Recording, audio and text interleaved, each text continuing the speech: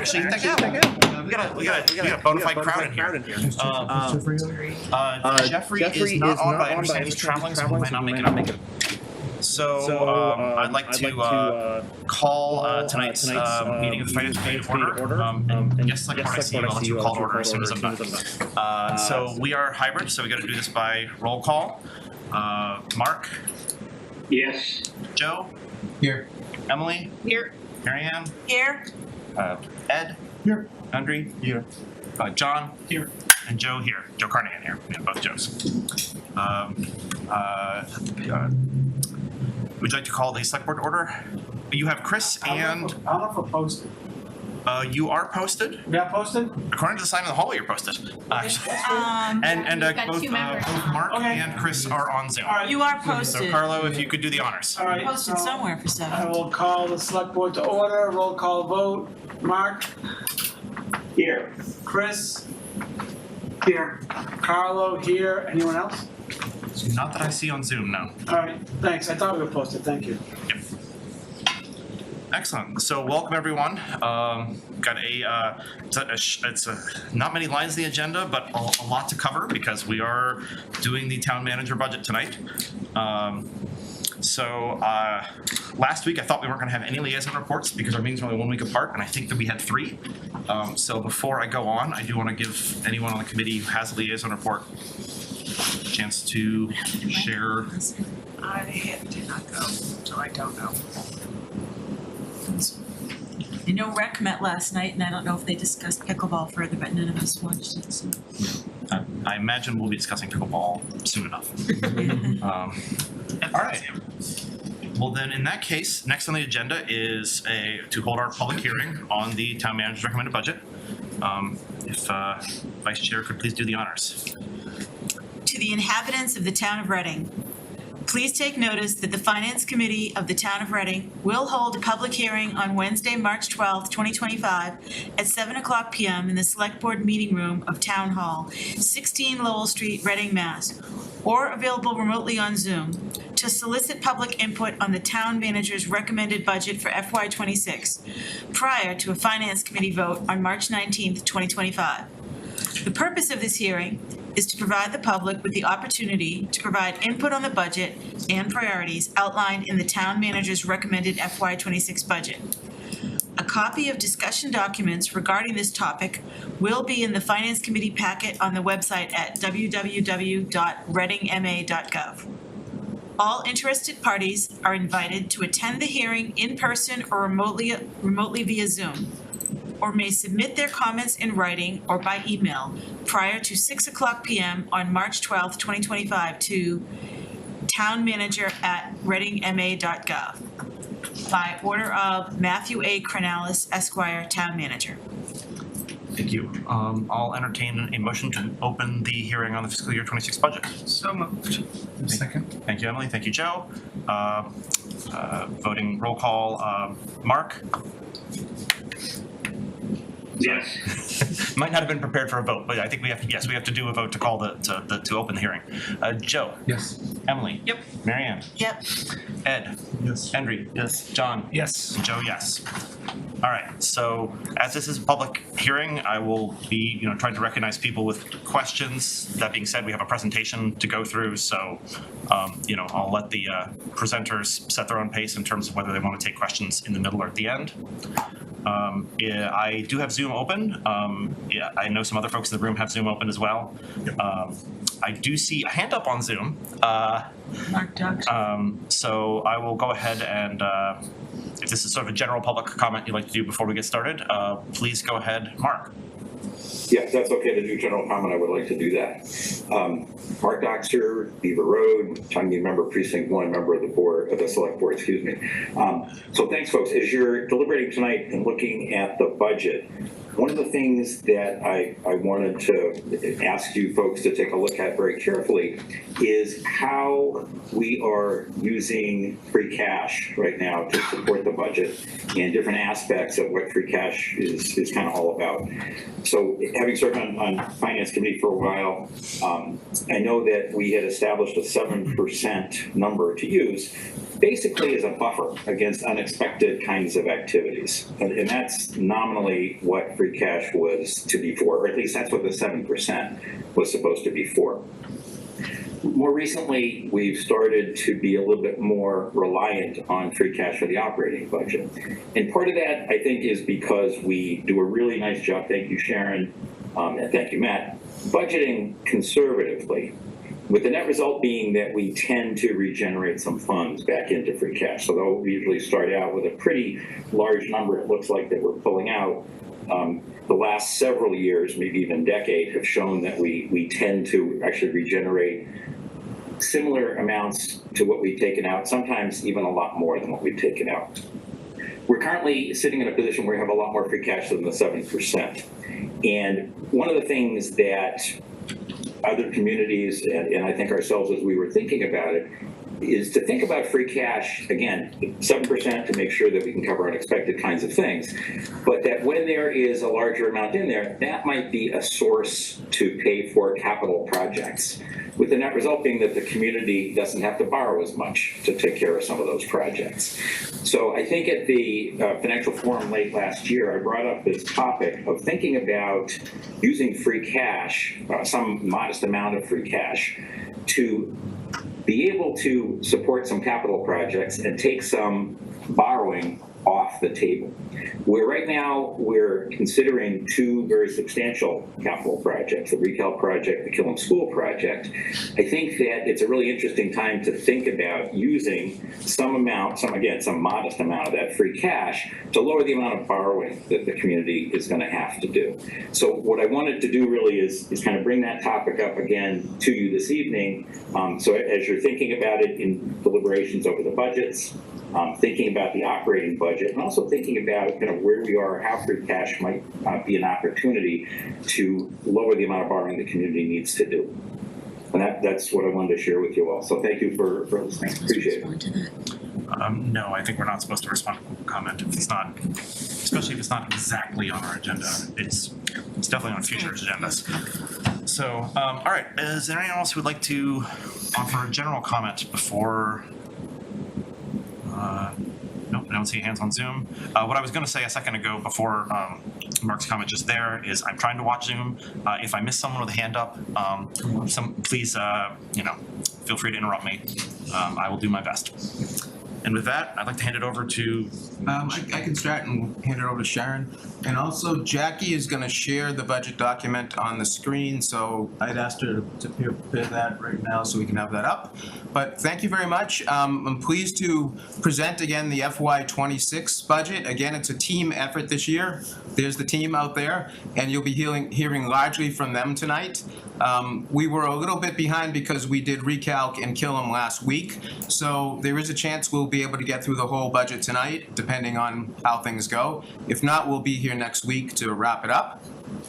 Sharon, as usual, will kick it off. She'll talk about the financial forecast, revenues, spending, shared costs, capital and debt, as usual. And then we'll go to each department. We'll go pretty much in order. There are a few people I'll take out of order if it makes sense, but I'll let you know what pages we're on, and we're just going to follow the budget document, which seems to be the most logical way to go.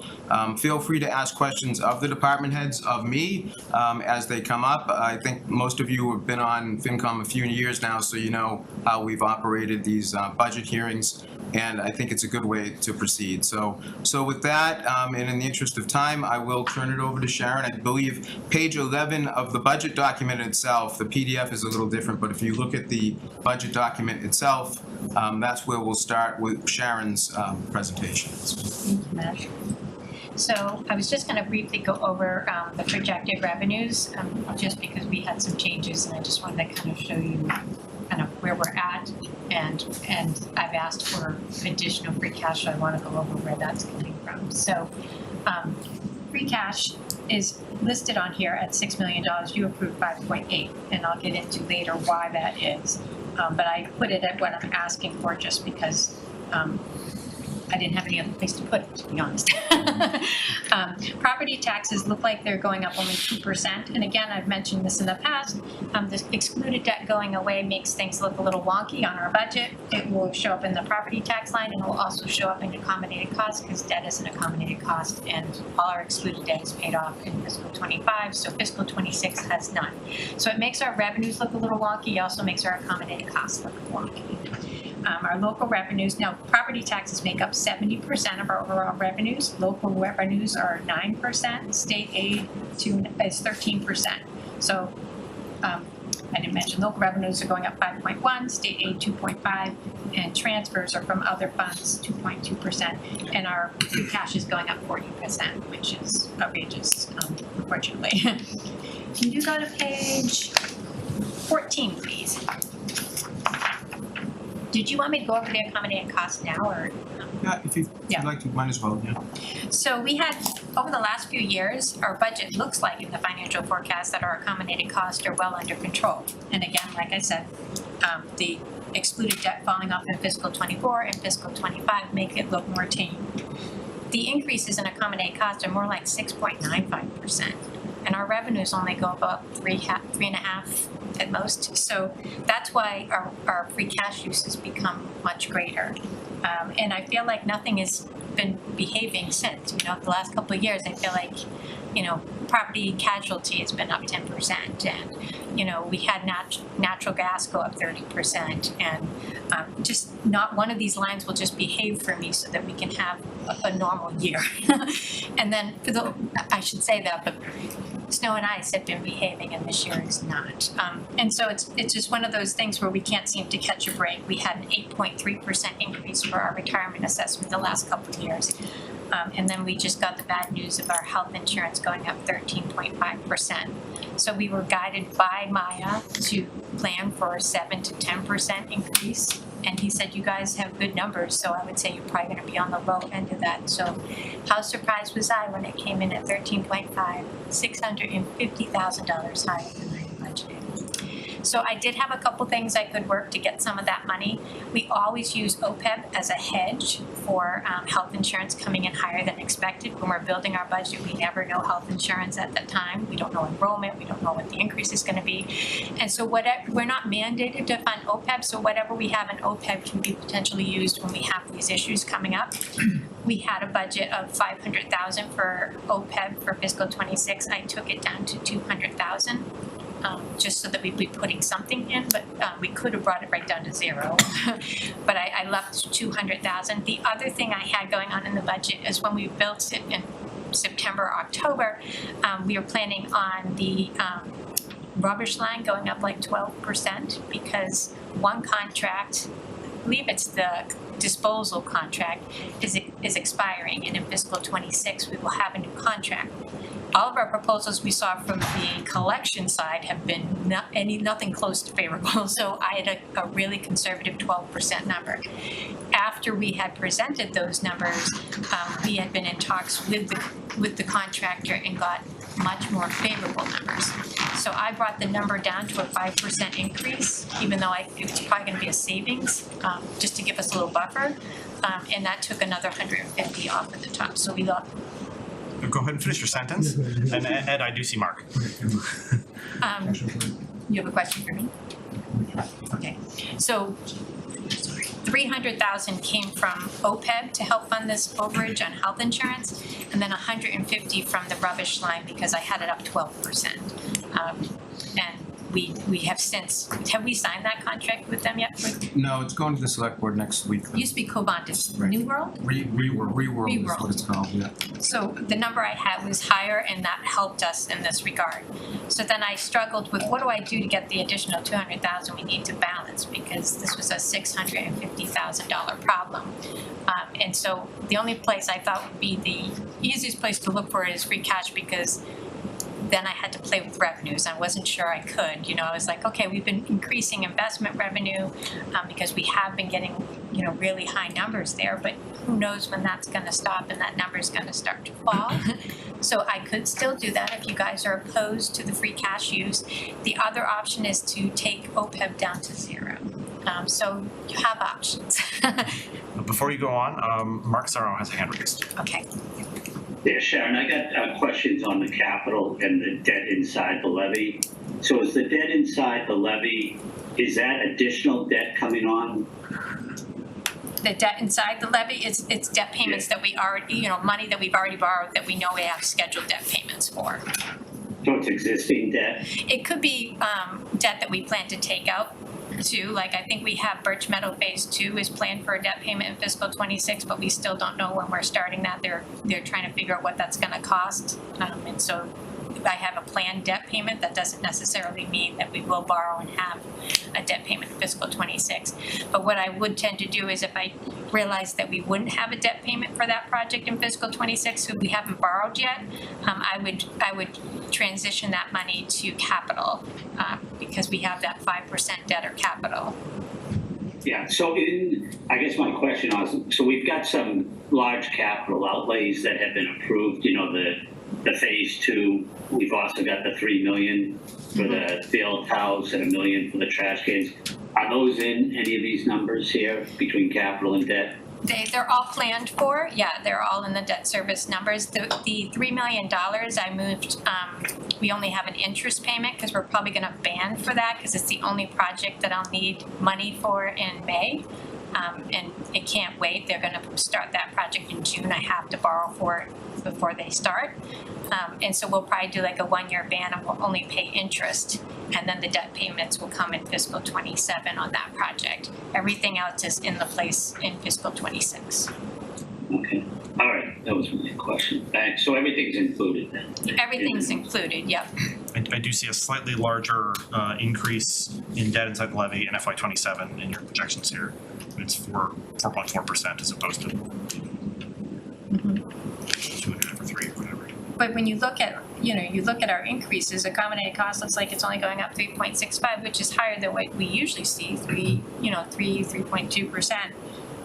But it really is more like 6.95. If you eliminated that debt payment from the excluded debt, that 1.279 from the calculation, it becomes almost 7%, which is really outside of what can be afforded with the revenues that we have.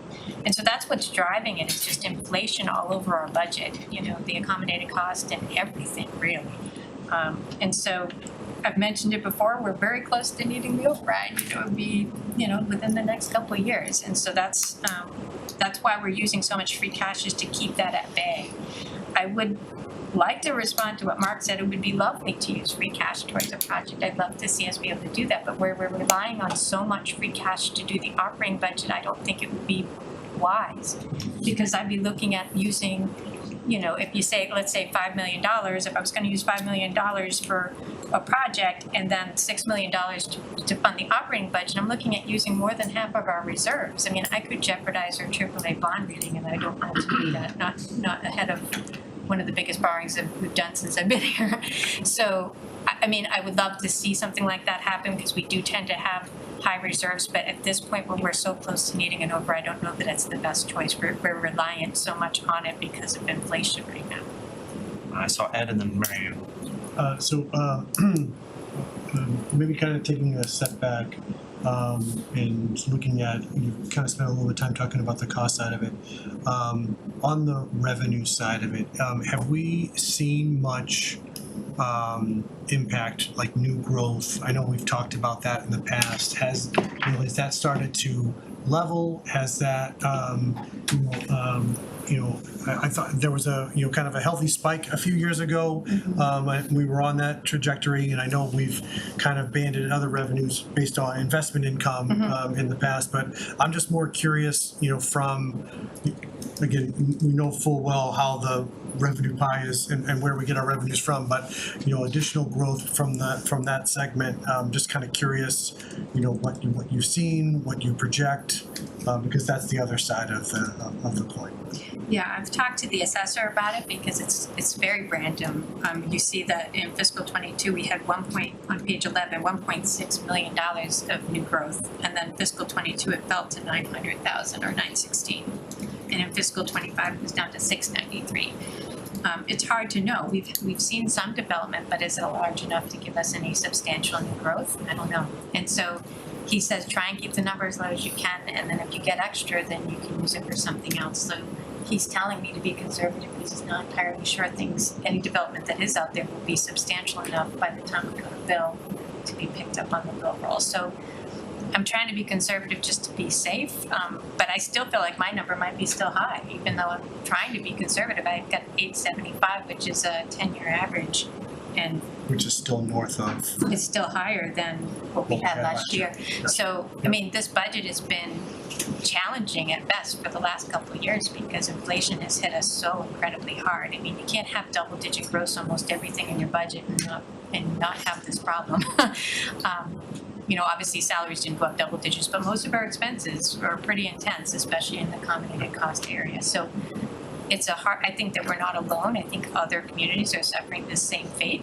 I mean, and I know I heard a lot about the health insurance, and our 13.52 made me want to cry, but others had numbers closer to 20%. So, I mean, others have done layoffs as a result of that. So I don't know what to say, except I am so sorry that my projection was low, because we do take advice from Maya, and I really believed we've been low. I mean, our increase last year was 5.65%. To jump to 13.5, I don't know anybody would have guessed that would have been the case. So. I don't think there's much you could have done differently as far as projecting that. And we take advice from them, but a lot of times the advice they give us is kind of a little late to the game too. Like as they start to know that it might be worse, it's kind of late for us because we really start early. We're in September and October doing our financial forums and building these budgets, and so we make adjustments along the way the best we can, but this information came way too late. We had no idea it was coming. So I apologize for that. I know it's very uncomfortable to be put in this spot. I felt uncomfortable having to bring it to you, so. All right, Thanks, Joe. so I think the queue now, it's Marianne, Chris on Zoom, and then Joe. So, I'm building a little bit on Ed's question about averages because I see that you have a conservative regeneration focus of 3 million. Is that I know you've told us this in the past and I don't remember the number. Is that an average amount of regeneration that we have or does it vary? No, our average of the last 5 years, regeneration has been about $5.8 million. Over the last 10, about $5.2 million. It's a safe number. It's a number that I've seen every year since I've been here, at least $3 million I've seen in regeneration. So it's my safe number. It's a number that I've pretty much seen every single year since I started 13 years ago.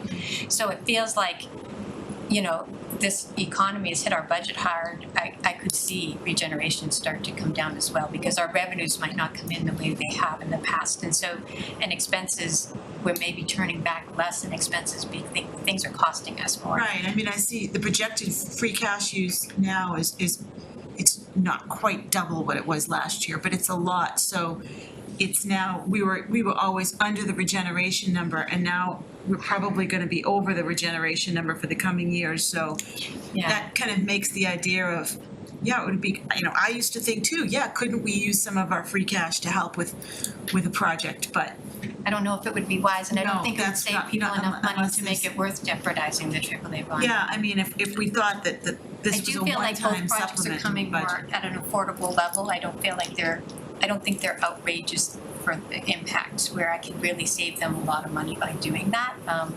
But I mean, if people aren't looking at your budget summary, I mean, you're projecting by 29, like, you'd need $9 million in free cash, and that's excess of the regeneration, and if we have 19 million, you know, 9 goes in twice, then you're out of free cash. I mean, I will say that last year our regeneration was up over $7 million, but they held almost $1 million because if you have a deficit that you don't collect the money by September 30th, I think we had a federal grant, I wanna say it was for the MVP grant or something. We spent the money but we hadn't been reimbursed, they hold your free cash. So that impacted the number that I quoted you and then what ended up coming out as certified because we didn't get the money in time. So that sort of thing, we have been seeing consistently great regeneration numbers, but I don't wanna count on great regeneration. Just my final thing would be with the geopolitical, whatever you wanna call it right now, being conservative is probably the smartest thing for our town right now until we know things settle down. I mean, we've been having wonderful investment income revenue because our treasurer's doing a great job locking down really high rates for a long period of time to try and get us that number. We can only lock numbers down for a year at most. And then we have to deal with the market as it stands at that time when we're trying to get better rates. And she pits the banks against each other and she gets the best rate she can, which I mean, it's a lot of work to do. And I was hesitant to change the investment income, but it's a spot where I think it may be okay if you guys are feeling uncomfortable about the free cash. But I feel like the free cash is something we know we have. The investment income could go south on us and I wouldn't know it was coming. So that's why I asked for the free cash, but it's up to you. I'll go the direction you guys think. If you want me to increase investment income or decrease the OPEB to zero, I'm fine with that. When do you know the investment? Just since you mentioned the investment, when do you know that? When do I know what the returns are? Yeah. She's locking in numbers right now. We have some money that's locked down for 6 months and some for a year. And she's got, I think, over 5% of some numbers. And now she's negotiating around 4.5. You know, so we may have the next 6 months or a year some of this money at 4.5. But then in 6 months, the other amount that she's locked down will need to go in, and whatever that, we're gonna be a slave, we're gonna be a slave to like what the market is. And it's a lot of work to move this money around. She spends a lot of time on the phone and a lot of conversations and a lot of paperwork to do it. We've never been so reliant on the investment income, and so she feels it's absolutely necessary to do it. Thanks, Joe. Sorry about that. Next up is Chris on Zoom. Thanks, Joe.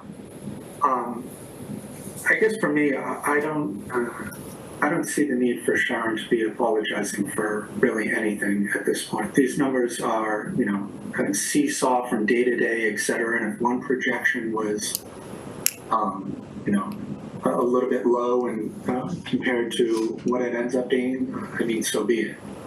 And I would just like to say that Sharon is the only one mentioning the override for a reason. None of us are. And we all know why we're not mentioning it. And I appreciate her being on the record and mentioning that it's coming, because we don't want to say that, but it is, as she just mentioned once again. And the last time I heard it is the last time from Sharon, the same thing on the budget. The override is coming, probably 3 years, 2029, et cetera. You know, I appreciate you, Sharon, for telling it how it is, and you know, that's my take on all of this. Thank you, Chris. One thing I did want to mention that I haven't mentioned in the past when it comes to the debt exclusions, just as something to mention. The numbers I quote about what the average home would be seeing for an impact on their taxes, that wouldn't be all at once, because we wouldn't take out the whole amount of debt on either project. We'd probably do it in tranches, 2 or 3 tranches. So the taxpayer is not going to see that full impact in any one year. It's going to come on more gradually than that. But in order for them to know what the real impact, the total impact, that's why I give you the total number. But I don't know that I entirely made it clear that I don't go out and borrow $88 million for the current project, and you guys immediately hit with that huge hit. It's going to come on as I borrow the money. So then, walk us through then on that's, because it's a great point. I don't think anyone's mentioned that in the past. When would you anticipate that it gets to that level? By the Couple of years. Couple of years. So we would probably have to borrow right away to keep things going, like, you know, within 6 or 7 weeks of the actual vote, we probably could get a general obligation bond out there. And then it would be based on our cash flow from our OPM when we would plan the next borrowing. So that cash flow becomes really, really important about how often we borrow and when we borrow. We have to spend the money within a certain time frame to make sure that we don't trigger any arbitrage when we have to pay back excess interest. But I just felt like I realized I never said that to anybody. I gave them, here's the total impact, but it's not going to come on like, okay, you guys approved this and next year you're going to see this huge hit. It's not going to come on like that. It's going to come on as I borrow the money, as I have debt service. Within the next 2 or 3 years, you'll see it fully hit. But it will be more gradual than what I stated. Thanks for that clarification. That's awesome. I know Joe had a hand. Yeah, just quickly, Sharon, related to prior questions, but like the new growth, right? I agree, it is an estimate and you're trying to work with what you have, but like 20,022 is definitely like an outlier and it skews that average. So it's like March now, I'm not aware of like big major projects coming. Last year, we only had 693 and we projected 875, so we're definitely probably gonna have a shortage there, right? Yeah, and if I do have a shortage, I'll know it in November and then I will adjust accordingly. So like that investment income would be where I would put that additional need or something like that. But actually, I don't know if I could at that point. But we might need even more free cash for that if that were the case. But it was so low in 25, I thought it was gonna go back up a little. We did have some stuff going on that has been since completed that I don't believe was on the roll for fiscal 25, so So it could roll. I'm hopeful. It's, you know, it's all over the place, so the only thing I could do is kind of take an average because it's not consistent by any stretch of the imagination. You hit a high at 1.6 and all of a sudden it drops off to 900,000. Like, we don't have a lot of new growth in general compared to other communities. We don't have a lot of buildable space. So, you know, it's hard to know where this number is going to land. And until the assessor locks it down, he couldn't even give me an estimate. When I asked him, he just said, just try and keep the number as low as you can because you just don't know. You know, it's one of those markets. But what I did say to him was like, I do see a lot of permitting revenue coming in, which makes me think people are pulling permits to build. So that's kind of part of what I base it on is what am I seeing coming in permitting revenue? Are there things going on that I can expect might help us with? And then you kind of answered this about the investment income. Like, do you have like a run rate, like where we are, like actual, like to date, like as of February, or like how are we with our projections? I think we're over the projection already as of February. I think we're over by 900,000. Last year it came in about $4 million, and I expect we might be very close to that because she locked down this year's number at over 5% on all of the money that she locked down. So I think that we'll easily get the $4 million. But fiscal 26 is so far in the future, that's where I get a little nervous. Like, what if when these things come due and she's looking to lock down an interest rate to secure investment earnings for us, and then the rates are much lower? That's where I get a little hesitant. But you're assuming what, like your free cash that's budgeted, that 4.5, and then 5% of that. Is that basically? Yeah, I mean, what she's estimating? so some of this money that's maturing this week, she's been working on, and she's getting rates that she can secure 4.5. Some of them are coming in at 3.6, but she's got secured some 4.5. Okay. So that's not significantly lower, but lower than what we had locked in this year. So it is on the decline. Let's just hope we can keep a fair amount And there. we 'Cause I can't feel play, like we've and got we can't play interest rates and go out a year Yeah. because we have, Yeah. we might need that. we have a cash. higher reliance on it than we've ever had since I've been here, and so we feel that, and that's why we're making sure that we're trying to lock in the best possible interest rate for the money that we have holding in the bank accounts. Okay, all right. Thanks. Looking around for other questions. You got a bunch right there, and we haven't actually.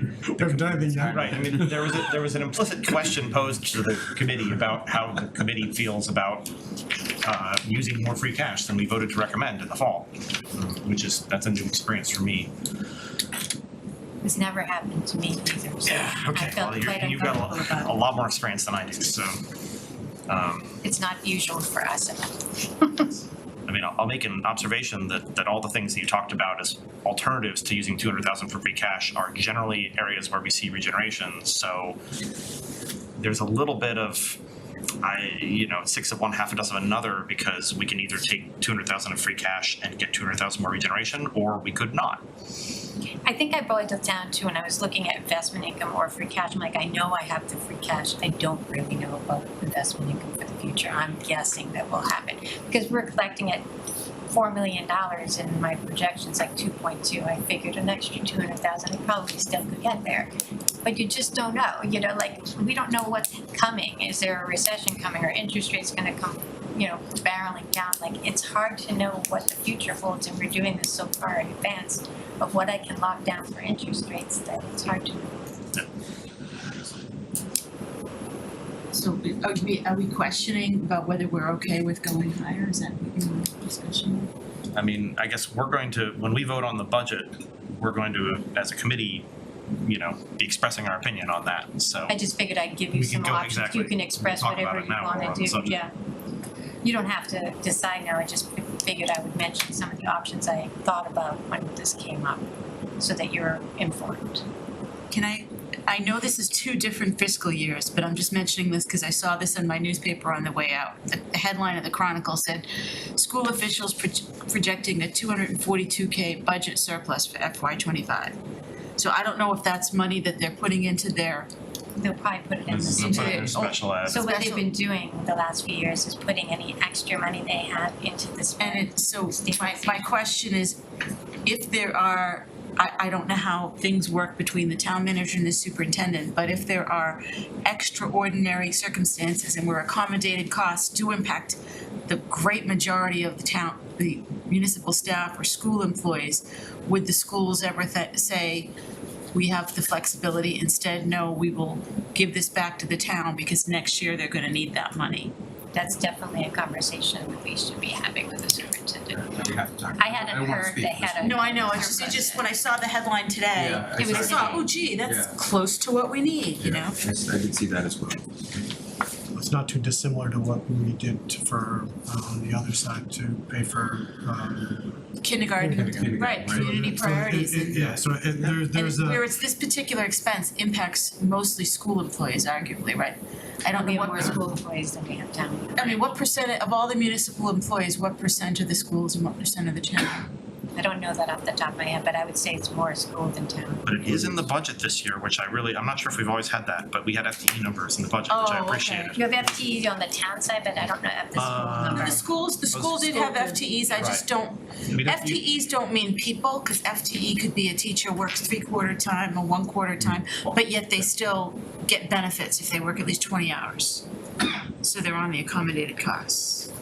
Anyway, they're benefiting from us scrambling around, So it definitely is some conversation we should have, because I don't think they even need feedback from us to decide to put it into this fund stabilization. So if they are looking at a surplus, we should have a conversation, because our high reliance on free cash means that we need high regeneration numbers to, put off work right as long as humanly possible. And the schools also, we've given them some good growth numbers above what we typically support, so they could add a lot of staff in a few years and reach a nice steady state.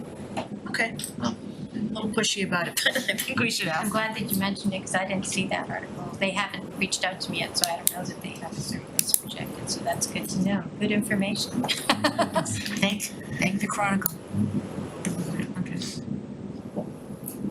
Looking around for other questions? No, I think we're actually gonna let you continue. Okay. Page 2. So, do you want me to go over page 19 where we talk about our shared cost, or do you want me to go over the accommodated cost using the financial forecast, because it actually will have, maybe that's what I'll do. Jackie, can you scroll down to the more detailed pages? Looking at page 16 probably is accommodated No, share. let me just look and see. No. I kind of scrolled past it myself. It is, 14 has a more summarized view. 16, yes, page 16. Let the record show Joe was right. So I just want to highlight to you some of the areas that are driving some serious change for us in our budget. First off, in vocational schools, wow, that's really small. Can you see that? Vocational schools are up 18.6% because our capital payment towards their new school went from 160 to like 330 between fiscal 25 and 26. And the way that they do the debt service, it's based on how many students we have over there, so our pro rata share. So it's kind of hard, every year that could fluctuate. So that went up to 339, I think it was. So that 18.6%, that hurt. The out of district special ed is up 4.6%, which that's not a small number either. Contributory retirement, 8.3. I do have some play in that. We are having a valuation at the retirement board. I'm a board member. And they do an actuary valuation every 2 years, and a new funding schedule is adopted. So now that we're having such tight budgets, I could say, we can't do 8.3, you need to bring the number down. It might push out our funding schedule longer, but it might take away some of the hurt. So I can maybe impact that one line. But the other board has to agree with me, the other board members. And then, of course, our 13.6% for health insurance, not a healthy number for us, it's not a good number for us. Anything else? Property and casualty, I have at 2.5% because the last couple of years it's been 10%. Let's hope I'm not wrong. Because I had to balance somewhere. And rubbish, you can see that I brought that down from 12% to 5%. That's where I got that 150,000. We leave snow and ice at the 675 because whenever you go to a level, you can never go down. So you can't say, okay, 700 and the next year do 675. So we always fund it at like a baseline level, and if we need extra funding, we do that at a subsequent town meeting. So we kept that at 675 because right now we can't afford to bring it up to right now. And state assessments are up 2.5%. Other than that, the shared cost is kind of the same. It's the accommodate cost, but it's the accommodate costs that aren't built into budgets, departmental budgets. It's benefits, capital, debt, income reserves, and vocational, but I kind of already went over all of that. So any questions about any of this? Yeah, just quickly, why is electricity going up? Sorry, Miss. It's probably because our run rate is, we might have a little bit of surplus in there, and I felt like that's a line item that we've been seeing a little extra money in there at the end of the year, so I felt like we could go with zero and still have enough. Okay. Let's hope I'm not wrong. Can I just going back to the topic I brought up, now that I finally read the article, instead of just the headline, that 242 is going back to the town, and they are still putting 300 in their That's stabilization fantastic. fund, so. Joy, some good news for you. Yes, that's why I wanted to interrupt, sorry. That's awesome news. That is a worthy interruption. Thank you. Worthy, absolutely worthy. Thank you. Some of the Concos, right? I know, I guess so. We're gonna go with that. All right. It's all quoting Philip Littlehale, who has impressed me with his precision, so. All right. We'll see.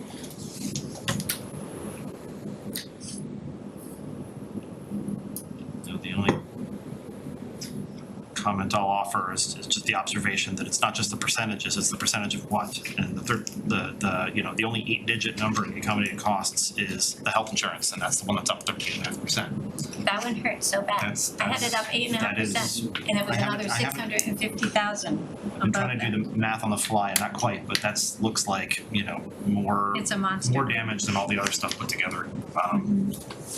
Unmanageable is what I'll call it. All of it, unmanageable. But we're not alone. I feel like, did I do something wrong here? Why is this happening? Doesn't make it better. That doesn't make it better. Yeah. Hearing other towns are unhappy does not make me happy. But, all right. Looking at Sharon, should I looking at Matt? Yeah, you all set? I'm all set. Great. Okay, so we can start moving into the departments then and talk about their budget. So the first department up is administrative services. That's led by the assistant town manager, Jane Wellman, who will come up. And right after administrative services, which is on page 26 of your budget, we'll move to page 38 of your budget, which is public services, also managed by Jane Wellman.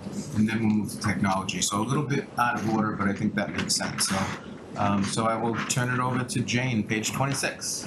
Thank you, Matt. I'm going to do a little intro on both of the departments, my department, and then take any questions. So foremost, for FY26, my department is delivering a level services budget. Working closely with the manager and the CFO, we have done our best to trim the budget where we can and work creatively and cooperatively with other departments to achieve savings while continuing to provide excellent services across all divisions to our residents, our businesses, and our fellow colleagues. Some notable highlights. In elections, the budget is reduced as there will only be one election in FY26, the annual town election. It may cost a little bit more than usual should we plan to put in charter changes, because we have to mail the charter to every household, every voter household. And so that would drive up the postage costs and operations. It's not currently budgeted. Vote by mail, I also want to note, has increased postage costs associated with elections in recent years, and we anticipate that this will continue. However, with only one election in FY26, we will still achieve savings over FY25, where our staff survived 5 elections, including the presidential election in 2024. Property and casualty insurance, as you just heard, has seen higher increases in the past, but since we have maintained excellent loss ratios over the last 3 years, our increase this year is about 2.5%. As we upgrade our fleet and we see regulatory inflationary pressures drive increases to cover replacement values for our property, that's why you see those costs go up. We have an excellent award-winning safety committee that helps to keep our costs low, and we earn grants annually through a rigorous training program across all departments, including RMLD. Last year, we used our Meyer grant to secure radio headsets for our forestry division, which came in really valuable in the recent windstorms that downed trees across our region. You may note that we have a new part-time position in public services. This is a new position that was previously supported by ARPA funds. It is the volunteer coordinator in the Elder and Human Services Division. By combining the duties of a nurse advocate and the public health nurse roles under the health department, we were able to retain 2 full-time positions in community services that were partially funded by ARPA and help fund this part-time volunteer coordinator position. These positions have been in place for over a year and have all brought significant value to our recreation and elder and human services divisions. Community development, operations, and HR all remain at static staffing levels, with the first 2 divisions seeing some savings from staffing turnover. We continue to pursue grants to help fund work we do to support community initiatives, including the next Walker's Brook MassWorks grant, which we recently received. Were awarded rather. Projects this department has continued to work on in the last year include, but are not limited to, the Green Communities designation, MBTA Communities, the Killam School Building Project, the Reading Center for Active Living Project, Climate Week, the Eastern Gateway Initiative Arts and Culture Grant, MVP 2.0, Birch Meadow Phase 2 Project, and more. Okay. That's what I have. Thank you. Wonderful. You can open it up to questions on those departments. Hearing none. Please. Quick question. You mentioned multiple grants, all state-funded grants? So I love that you asked that question, because we are on the same, we're sharing a brain. I'm like, no, I asked the same question of my staff this morning. I'm like, where are we at with our exposure since we have this uncertainty at the federal level? We do receive funding from EOEA for our Elder and Human Services formula grant. I looked at the funding for that this week, and Sharon may know more about how that's funded, but it's in the general appropriation from the state. I would not be surprised if there's federal funding, that backs that up that we receive. But Which one is that? the Elder and Human Services formula grant that we get every year. You're saying you think there's a federal component? I don't know if there's a federal It component. comes from the state, so I'm hoping It does there's come no- from the state. It does. Yeah, I don't know that if it's a pass-through, I still have to show it as a federal, and I show it as a state, so Yeah. let's hope it's I think it's state. standalone. Let's Yeah, hope. there's no concern, and we've reached out, our staff have been reaching out to their colleagues as well at the state level, because, like, for instance, we just saw that federal funding from the USDA for cafeteria grants for farm, programs across the state is being eliminated. So that's $12 million in the state. So that's not in this department. Most of our grants are local. We are still waiting for the Millette Soames Morgan $2 million grant to come in. And so that's, so I checked on that this morning, and I have some phone calls to our congressman. Please get that. Every day I wake up, where is it? So, there's some, we are fully qualified for that grant. That work is done. The paperwork is there. We're trying to see why we haven't been paid that yet. So, we will continue to put pressure on our congressman. So. Yes, Jane, thanks for this. Awesome.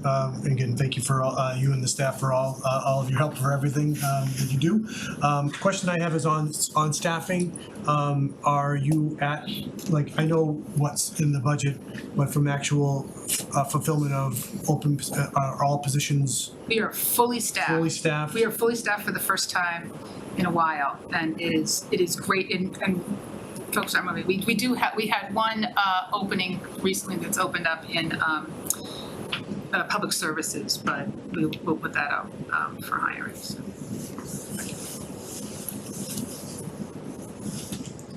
Thank you.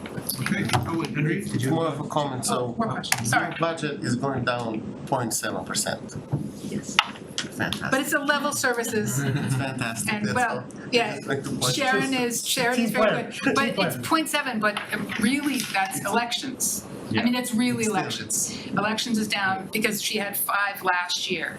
And our staff have, that was 2 ballots in 1 election, right? I may not remember going to the polls 4 or 5 times, but it's a tremendous amount of work. But the postage, it really is something that we carry.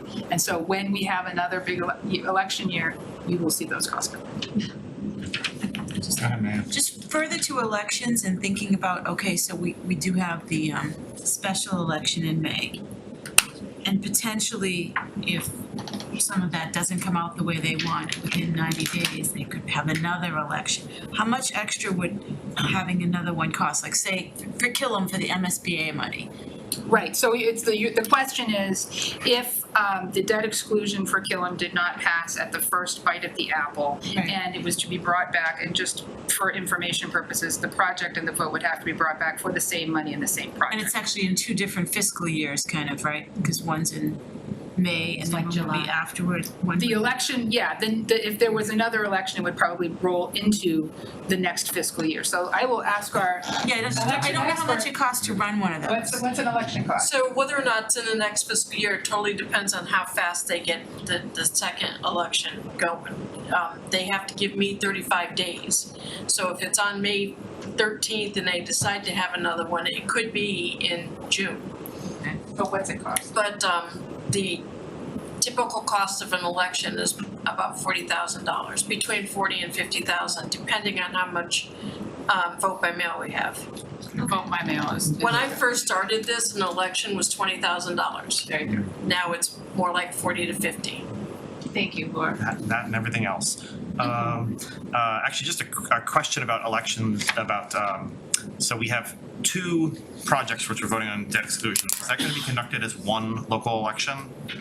Correct. Okay. One ballot. Okay, 2 and so then, questions. yes, so right. So at most, there could be, well, actually, I guess, there could be 2 redos because they wouldn't necessarily be redoing at the same time if they both were redoing, but let's cross that bridge Yeah. if we ever come to it. I just the Killam School project, I think has a Yeah, it has a, 180-day there, exactly. window, so There are tight restrictions on how that can be retried. Recal could just come back in They a year could or come something. back at the same time as a fall, a primary, They or could do like whatever they it could be want, yeah. combined They're with not something dependent else. on the Well, but it's 180 days for Killam, so there's some runway there. So, Ed? Just a quick thing on, you mentioned so much by mail. If there was, so if we bear the whole brunt, say it's postage, stamps go up. Does that, we don't get any, there's no like bulk rate or break that we get as it relates to that. So like if stamps go up, 5 cents, whatever it is. So Some reimbursement. we cannot do it as bulk. We have to do it as the flat rate. However, I tend to purchase the forever stamps, knowing that there's an election coming, just in case the rates go up. That's great. With that said, I will also state that we do get reimbursed for some of the vote by mail postage costs from the state. From the state, okay, thank you. Thanks very much, appreciate it. So that is definitely how we roll. All right. Any other comments or questions for Jane? No? All right, thank you very much. Thank you very much. Thanks, Jane. Thanks, Jane. So we can move on to technology. That department is led by Kevin Farella, who's here tonight. And we can start on page 36. Thank you for knowing we need pages. 36 of the budget. Hi, so I'm Kevin Farella, CTO for the town. I guess just to jump right into the numbers, my numbers are not as great as Jane's were. Overall budget increase is 8.1%. And with 2 exceptions, we were held to the guidance that FinCom gave us, and we had 3.2% increase, but there are 2 exceptions that changed this. So one change is a $5,000 increase for our print services that we've just changed the vendor, we've changed our approach to it. To offset that, there's a $5,000 reduction in the police department's budget. So overall, that's not so sad. But We do have a town-wide security system, access control and video surveillance system that town and school buildings leverage. That system was implemented 3 years ago, or was finalized 3 years ago. And the licensing that it came with is expiring this fall. And so that is what throws my budget out of whack. That's a $54,000 increase, or $54,000 ad that didn't have a line before. And I can go into the specifics of how the expenses are broken up, but just at a high level, about 492,000 of it is software. It's licensing, it's subscriptions, it's cloud-based services, those types of things. And we have 117,000 that is for our communication costs, whether that's cellular devices or internet connections, those types of things. Then we have 95,000 for hardware, parts, supplies, pieces of network equipment, and 55,000 for outsourced services, things that we're just not equipped to do. Repairs to our fiber optic network, for instance, that's about 16,000. So having said all that, I have the detail of all the accounts that I just briefly touched upon. Do you have any questions for me about the specifics, or? Joe? Yeah, I think on the security software, so are we locking in 3 more years at the 54,000, or is that? We are, yes. Okay, but we'll take the hit in like next fiscal year, that's where we handle it, so. Yeah, and we talked to the vendor about the costs, if we had just done year to year, and I want to say it was about 30%? Yeah, 30%. 30% more. And so and we don't typically, I think we'd have to go to town meeting for anything over 3 years. So that's why the 3 years was picked for that. Okay. And I'm assuming now, like, the switching costs of going with something else, like everyone's happy with the software so far? Oh, it would be a heavy lift to change to a different solution, for sure. Okay, thanks. Just a follow-up on one question. The 54, you mentioned something that was related to schools too, or just the town? Or the software? The system supports town and school buildings. And what's the usage percentage? How much is used by the Split town? between the two? It's a greater percentage at the schools for sure, but the town buildings do. I mean, police like cameras in the cells. There are. It's not just a small amount of town buildings, but there's more schools. There's more cameras at the schools. So the majority. I don't know the percentage off the top of my head, but certainly much more at the schools. The school has no budget for this. They don't pay anything for it. It's just mainly on ordinance. I'd say for the software charges, true. Yeah, they don't. So you would manage. They're not paying for the licensing. This is town-wide licensing that we're looking. Why are you having such a reduction in technology over time? It seems atypical compared to your usage of the other years, which were around 18 to 20K, and even last year, and now you're forecasting it dropping to 13. So why did you plan that it would be so much lower in FY26? I guess it fluctuates based on the projects that we have. And we just had a pretty decent size. It seems like every year I'm like, oh, we've got a new effort that we need to take on. And last year was an effort to move to Microsoft 365 licensing. So there was an increase. We don't have those types of projects coming up this year. And so but just the pessimistic side of me always feels like I discover some new challenge next year and we're back asking, in panic. But right now there is nothing that would warrant. Okay, I didn't know whether, I saw the intern line for this year and I said, oh, maybe hiring an intern means you're don't need as much overtime for something else. Yeah, that's certainly helped out a lot. Okay. Some of the tasks are, a little bit more repetitive, routine, things that having interns has really been helpful for, so. Are these college students that are interns, or high school students, or? College students. College students, okay. Thank you.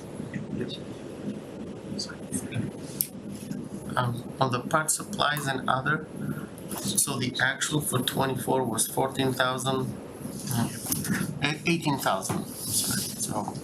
And then you were projecting for FY 26, 45K. Why is it such a high swing there for that line? And so you have a specific account number you're Yeah, referencing? the under the parts and equipments, it's parts, supplies and other.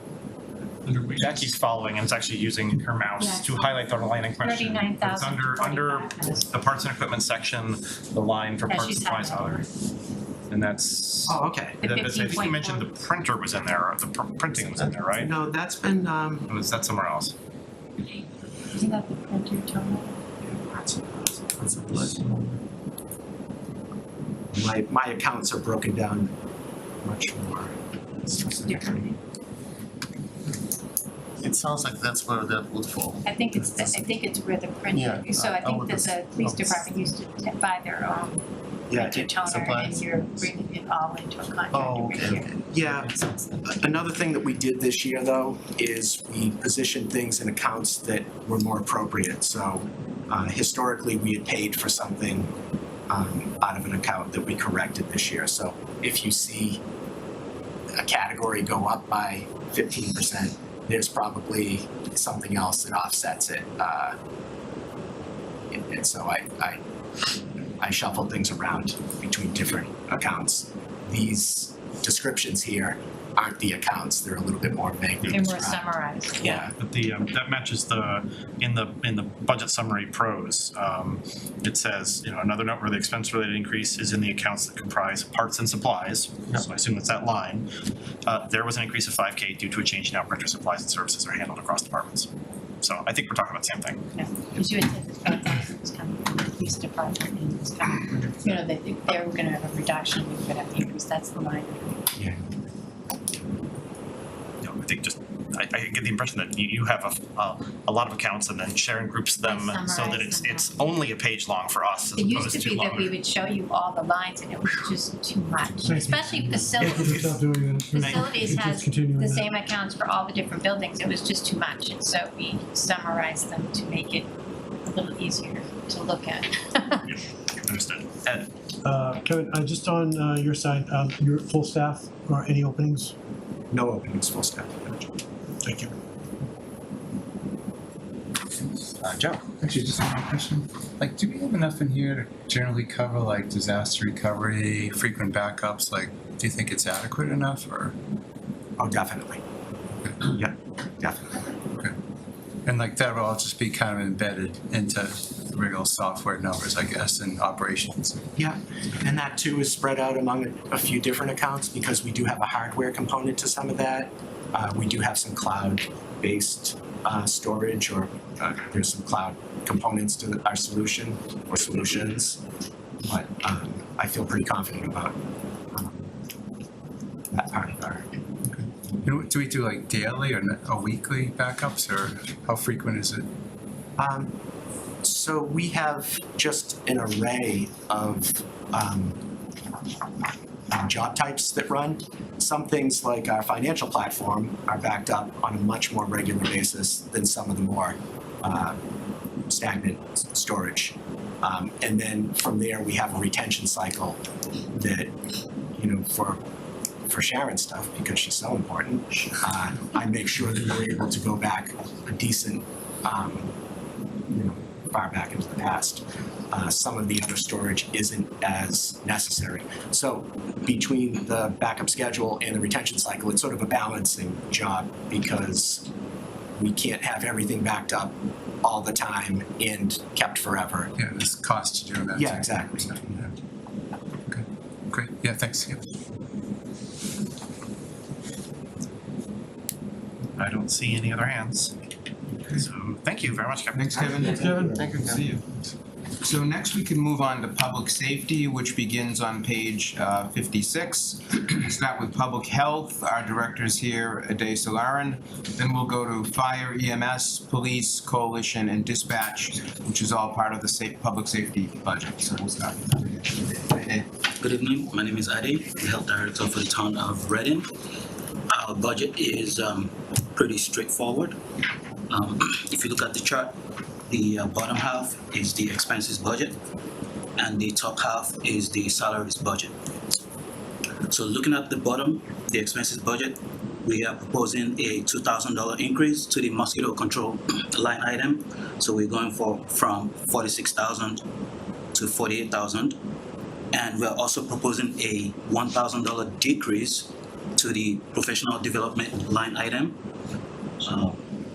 And you can see it where it says health other, that's part of it. So we're decreasing it by $1,000. And then if you go to the top half, we are proposing a $27,900 increase to the salaries budget. And this will reflect projected salaries, scheduled step increases, and cost of living adjustments. About $12,000 out of the $27,900 will be a direct transfer from the community services department to the health department budget. And this would cover the salary for the public health nurse position.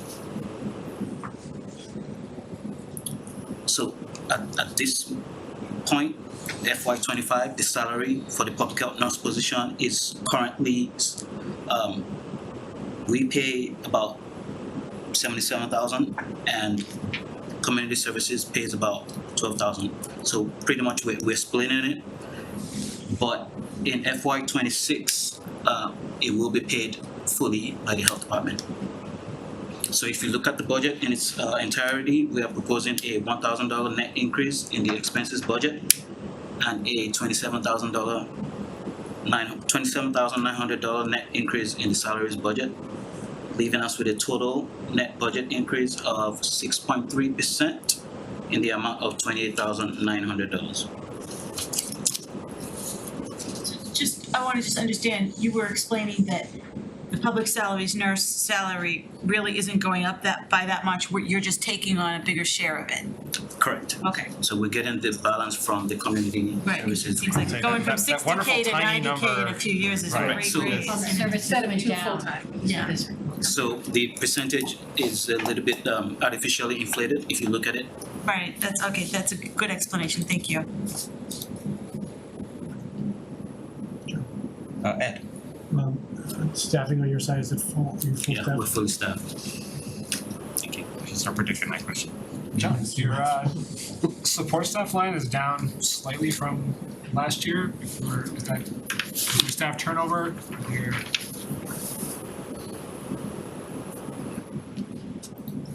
Recommend health nurse. yeah, Well, it's we're fully staffed, only but the number's down $500. slightly. Correct.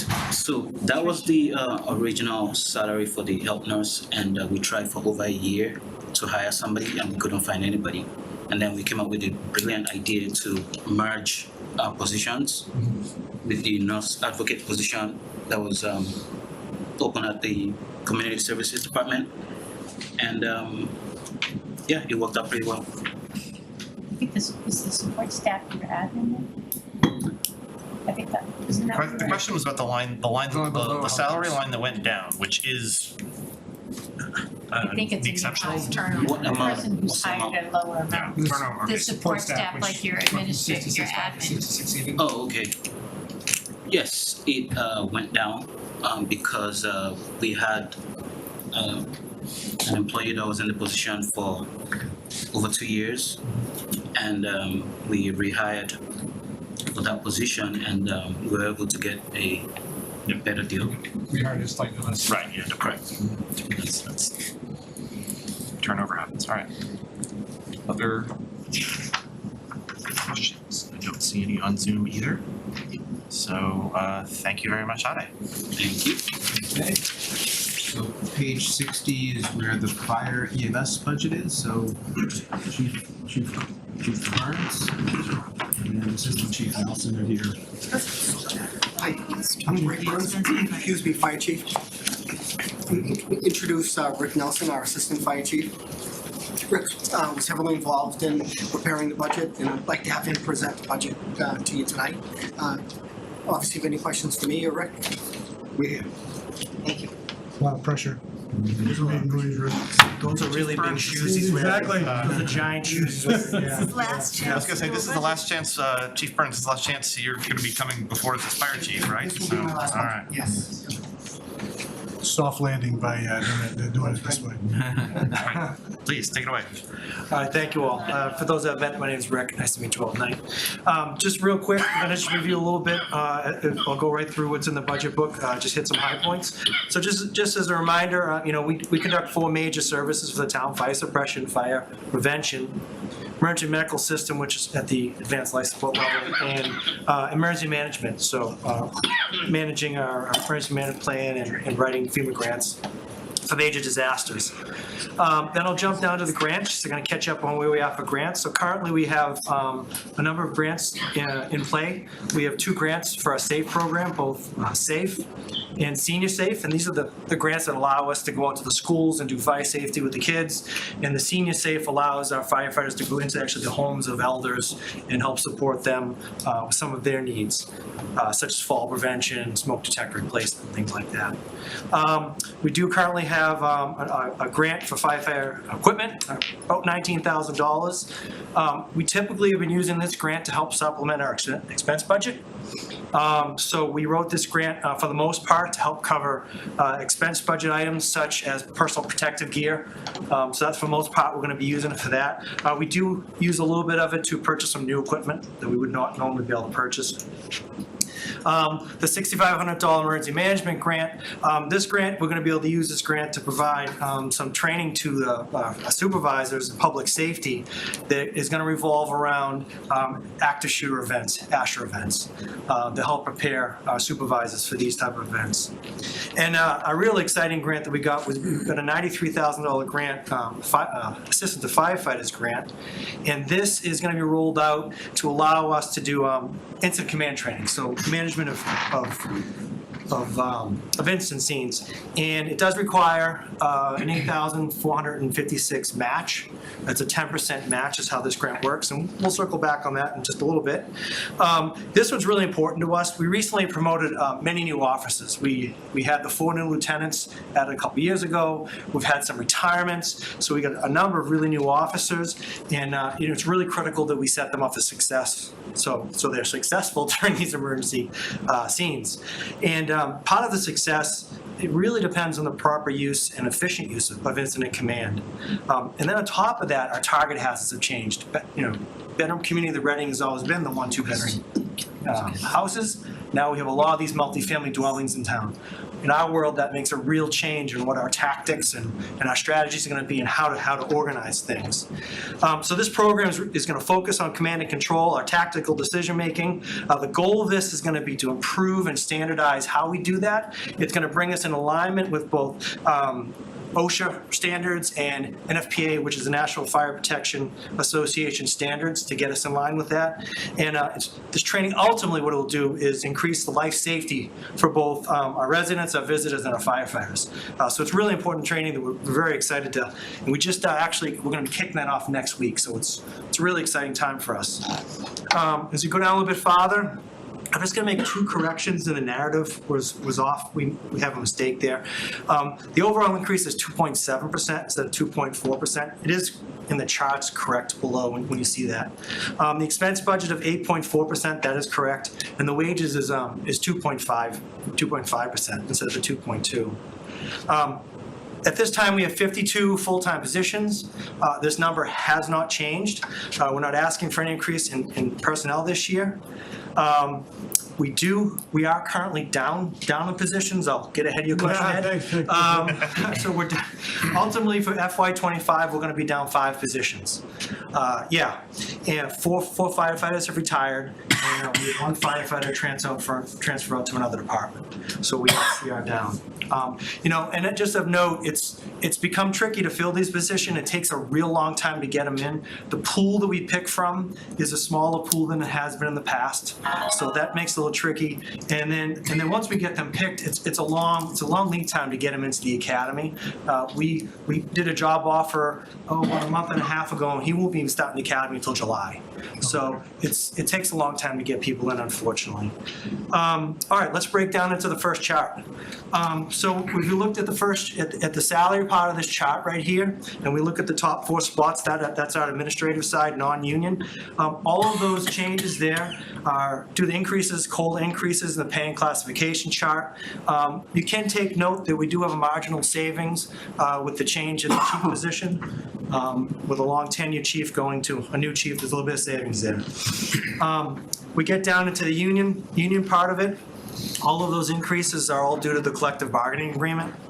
And then as far as the overtime budget, just to say it out loud, we really hope to kind of increase this part of the budget this year for 2 main reasons. One, salary increases, overtime rates go up. That needs to increase to kind of go along with that.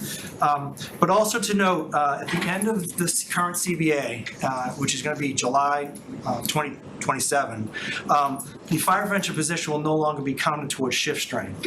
That will require us to hire more openings, which will increase our overtime budget. So we were hoping to kind of step up into that as we go along. So we'll be looking at that next budget year. Okay, drop into the last chart here. I'm trying to wrap this thing up. So real quick, I'm going to use the term fixed items. Just to define that real quick, those are the line items that are required payments. So when you look at this, if you look at the billing services, and we're going to circle back on that one, the billing services, the ambulance supplies, and our service fees, our fire dues and memberships, and then the uniform line, a lot of that, the majority of that is what's paid for by or guaranteed by the CBA, so it's something we have to have available. And these are costs that we have to pay. It has to do whether it's our controlled narcotics licensing or ambulance licensing or some service contracts of some of our defibrillators and items like that. So our FY25 expense budget was about $211,000. Out of that, the fixed cost is about $177,000. So really only had about $34,000 to cover a lot of our operating costs. And that includes things like purchasing new equipment, repairing equipment, apparatus maintenance, and then importantly to outfit our new firefighters. I just mentioned we were down some. It's about $9,000 per new hire between personal protective gear and uniforms to outfit our new firefighters. So do the math there. It's tough math. And then, as we go down through this a little bit, as far as the billing, as far as our increases, we'll talk about the increases now. So billing services, you see we're asking for a $2,000 increase. So billing services, that is when we transport by ambulance, there's a third party then bills that. Then the revenue is whatever they collect in revenue. We then pay 4% of that as far as the service fee for what the work they do. The $37,000 of the FY25 budget that covers $925,000 worth of revenue. If you look at the numbers, our revenue numbers in 2023 was $984,000, so higher. In 2024 was $950,000, so we're trending above that number. So what happens is now we're overspending the money that's allotted in that count, so it comes out of other parts of the expense budget. So we're looking to increase that to go along with what we're actually making as far as revenue collections. Our equipment maintenance line, we're looking for an increase in that. We've heard it already tonight, you're gonna hear more of it. Material costs, service increases, we're just trying to keep up with it. And then as far as the professional development line, that's been grouped a little bit from a couple different of our categories. So we're looking for $8,000 increase with that. So for FY26, that $8,000 increase is to pay that $8,456 match for the grant. We're looking for that money there. And then beyond that, we have some gaps we've really been trying to solve here for professional development. In particular, fire prevention and our EMS department. These are getting increasingly more complex, more challenges, more equipment. The EMS field, the medical field is constantly doing studies and coming with scientific-based changes. And to provide the high-quality service we're doing now and to make sure we're on the cutting edge and always giving the best, we need our people, constantly being trained. So that money's gonna help fill that gap moving forward. And then the last line, and to wrap this whole thing up, and looking forward to taking any questions you have, under uniforms and clothing, we are looking for an increase in that. We do have some contractual obligations and the OSHA requirements are changing, so there's gonna be some changes to what we need to provide our firefighters. Again, more expensive costs. Everything is going up. And in particular, they're gonna be rolling out, you may have heard in the news, the PFAS, as far as the PFAS-free gear. That's coming real soon. When that comes, we've been told by the manufacturers that's gonna come with an increased cost, and it's gonna be mandated. So, yeah, exactly. And, and then, of course, we're down some people, Ed, as we mentioned, and we're gonna be hiring more people. So we're looking for a cost to help offset some of that. So that is the description. So I would love to hear any questions you have. Emily. Ed likes to ask about staffing. I like to ask about grants. Thinking about the FEMA grant, where does that sit? Have you already been awarded? Are the funds in hand? Just knowing the current administration has casually mentioned on Twitter or X, whatever it is now, that he may dissolve FEMA. Just want to make sure that if that's a thing you really want to do, that money is close, in hand, awarded? So it's been awarded, yes. It is a reimbursement grant. So we spend the money and then get the reimbursement afterwards. Is how that grant works. So if that goes away, is this still a program you intend to implement? So, all right, that's a great question. So the first step right now with implementing is going to cost, we'll spend $10,000 out of that grant and get our reimbursement on that soon. We're in that process right now. The remainder of it, the program is not going to happen until October, middle of October.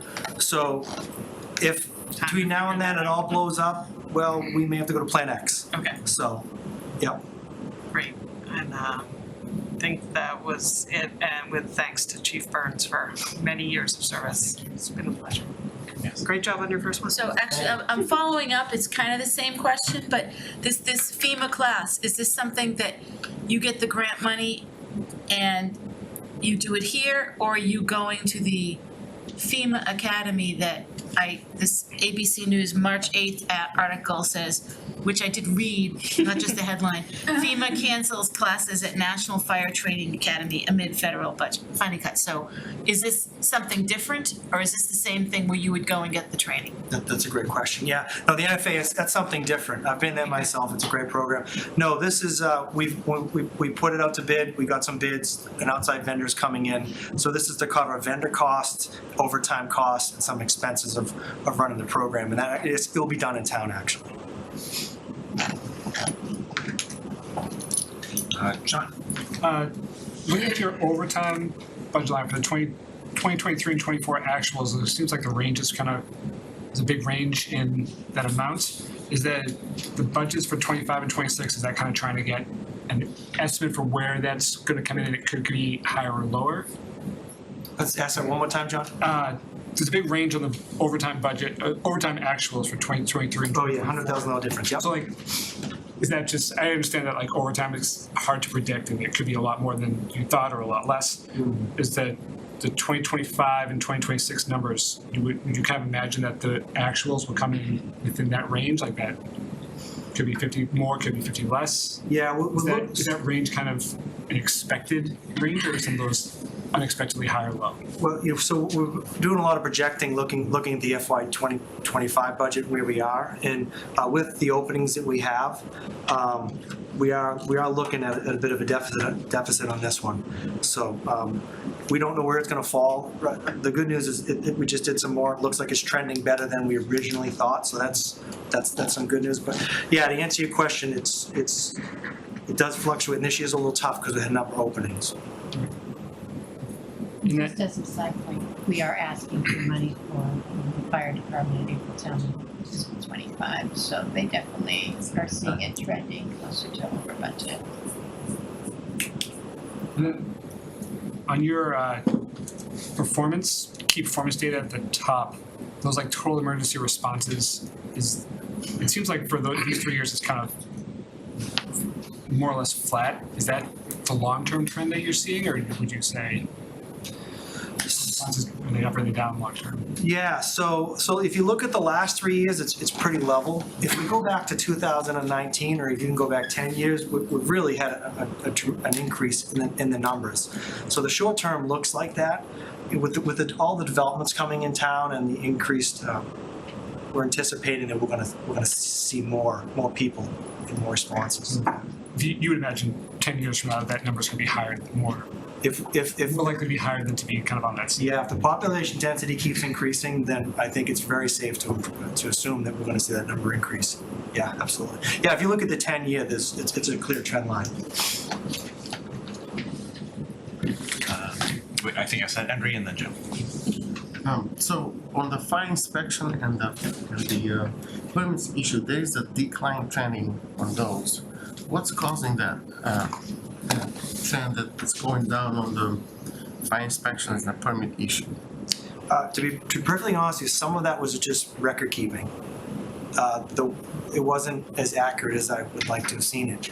I think you're going to see a nice increase this year, back to where it was. But some of that we just can't control, because some of that we have there's a lot of projects in town. So like for instance, when Postmark was being built, that building required, it was one project, but a lot of inspections.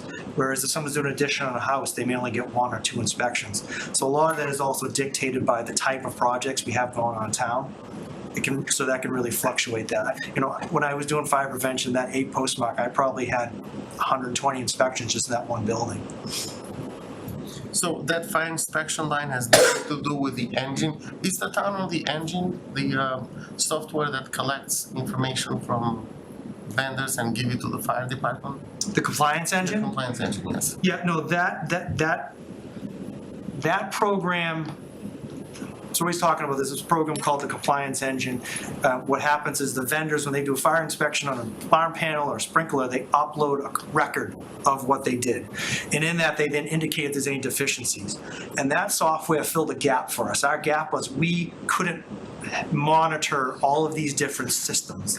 So what that does is fill that gap and alerts our fire prevention office. And matter of fact, we just had a couple good ones the last couple weeks to go out and follow up to make sure they're doing the right inspections. This number is actually recorded physical inspections that our inspectors go out and do. So whether they're doing a smoke inspection or fire prevention inspection or sprinkler inspection, that's what that number captures. Joe, I know you hand up, but I want to follow up on that. So, I mean, my assumption, and I think this is what you said, but I want to make sure I understood, is that the inspections generally go along with construction.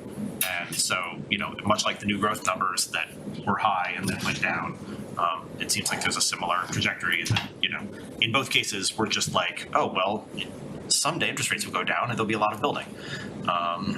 But we can't predict that. It is connected to construction? 100%. So building in Maine and Washington, 459 Main Street being built, that's going to require a number of inspections because there's a lot of steps in a big building like that. So that will drive the numbers physically up. It's all the same permit. And actually those permits for those buildings are actually building permits. So that wouldn't even be our inspection numbers would be reflected, but our permit fees, it doesn't affect the permit fees. Yeah, just quickly, can you remind me how the ambulance revenue works? So is that, you're saying is the ambulance services that 28,000? Is that money that we're not breaking even on, or that we're making up the difference? The ambulance services line. Like the 28,000? Just flip down to get the same place you are. Yeah. So you said okay, so the billings. Okay, so when you look at that chart, the third line down, billing services. Yep. That in particular, that is the line that's tied to revenue collection. So that's the one that reflects our 100% fee on what we collect, what they're able to collect in revenues, because they don't collect 100% of what they bill. So that, and then that fluctuates the number of transports we have and the type of transport, whether it's, a more complicated advanced life support, it's a higher billing number versus something else. The ambulance services number, that's tied to, it's our narcotics licensing, our ambulance licensing, our medical director, our service contracts for our equipment, that, because they're serviced regularly to make sure that they're ready to go. So that's what that line reflects. But if I looked at this, maybe it's kind of naive, but like the 950,000 in ambulance revenue, right? Obviously, there's like all the manpower to support that, right? But like, how much do you think we make on that? On the 950,000? Yeah.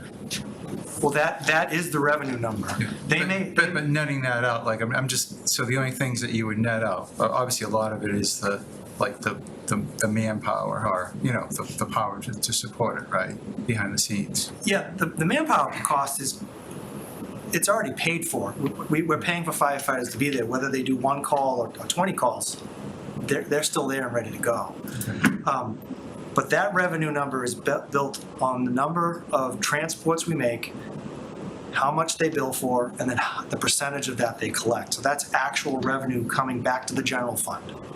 Does that answer your question? Yeah, I think so. And then, but we feel comfortable, like, dealing with healthcare billing, right? Like, just that it's not fun. I'm just wondering, like, we feel comfortable though we're getting reimbursed.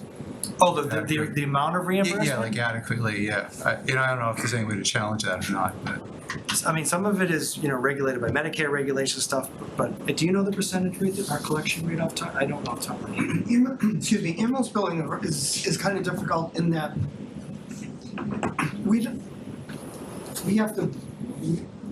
we get reimbursed for what the patient has for insurance. So if it's a Medicare patient that's an ALS patient, we may get like $400 or $500 for it. If the person has a major health insurance, we may get $2,000 for that. But if the patient doesn't have any insurance and doesn't pay, we will get nothing for it. Because it's an unsecured debt. There's nothing we can really go after a person for. Yeah, and I'm not saying don't show up, but yeah, that's kind of that's what's troubling. That's the odd thing about ambulance billing. It depends upon what they have for insurance. A lot of our patients are elderly and are on Medicare. If somebody is, a worker's comp, we may only get $100 for the $150 or something for that transport. But so the town makes a little bit of money on the ambulance service. Well, what they get is an outstanding service. We can provide a EMS service that's second to none in this area, because we've registered all our fire engines and our ladder truck as Class 5 ambulances, and they arrive with paramedics, with a full complement of equipment that an ambulance has, and they start ALS level care right there in somebody's bedroom. That doesn't happen anyplace around us. If the ambulance isn't available, they're getting a much lower level of care until that ambulance gets it. They're only getting generally BLS level care until that ambulance gets them. And so we put a lot of resources in our EMS program that makes it a little bit more expensive for us to operate. We have to have several different licenses because we did that. We have more expensive service contracts because we have more defibrillators and things like that. But we have a busy system, so when our ambulance is at the hospital, we get another call. We want to be able to render that high quality care with the trained people that we have. So our expenses are a little higher, but in the end, it doesn't cost the town anything, but you get outstanding service for it. So. Yeah, and definitely not question the service. It's great, so just trying to understand the process. Okay, all right, thanks. Thanks, Joe. Can I ask a follow-up on them? All right. So the ambulance service, from what I remember, it's a paid service. Like we pay a company to do the collection. The one thing that I don't remember is if that company gets paid on collection. So if they don't collect anything, they don't get paid. Correct. From what I remember. Correct. So to answer your question, that revenue that you saw coming in, it's costing us only like $30,000. to collect about. And obviously, it's their best interest to try to collect. Yeah, That's so why it's linked to that. if we collect $925,000, or if they collect $925,000, we're gonna pay them $37,000. Yeah, no, it's a good investment, yeah. What they do for us in car accident patients, they bill quickly because they bill the insurance company the car accident for the medical treatment. They try to get that in quickly before that benefit for the person gets maxed out. So as Andrew said, the collection agency is motivated to quickly turn that around for the driver, which is helpful for us. Go further. So this one's, kind of, not so much about this budget, but just something that kind of came up recently that I was kind of curious as far as, thoughts and maybe future plans. So and during the MBTA communities piece of it, there was a lot of talk about, if things, the number of trains increase, there's an effect on, emergency vehicles waiting for the train and so forth.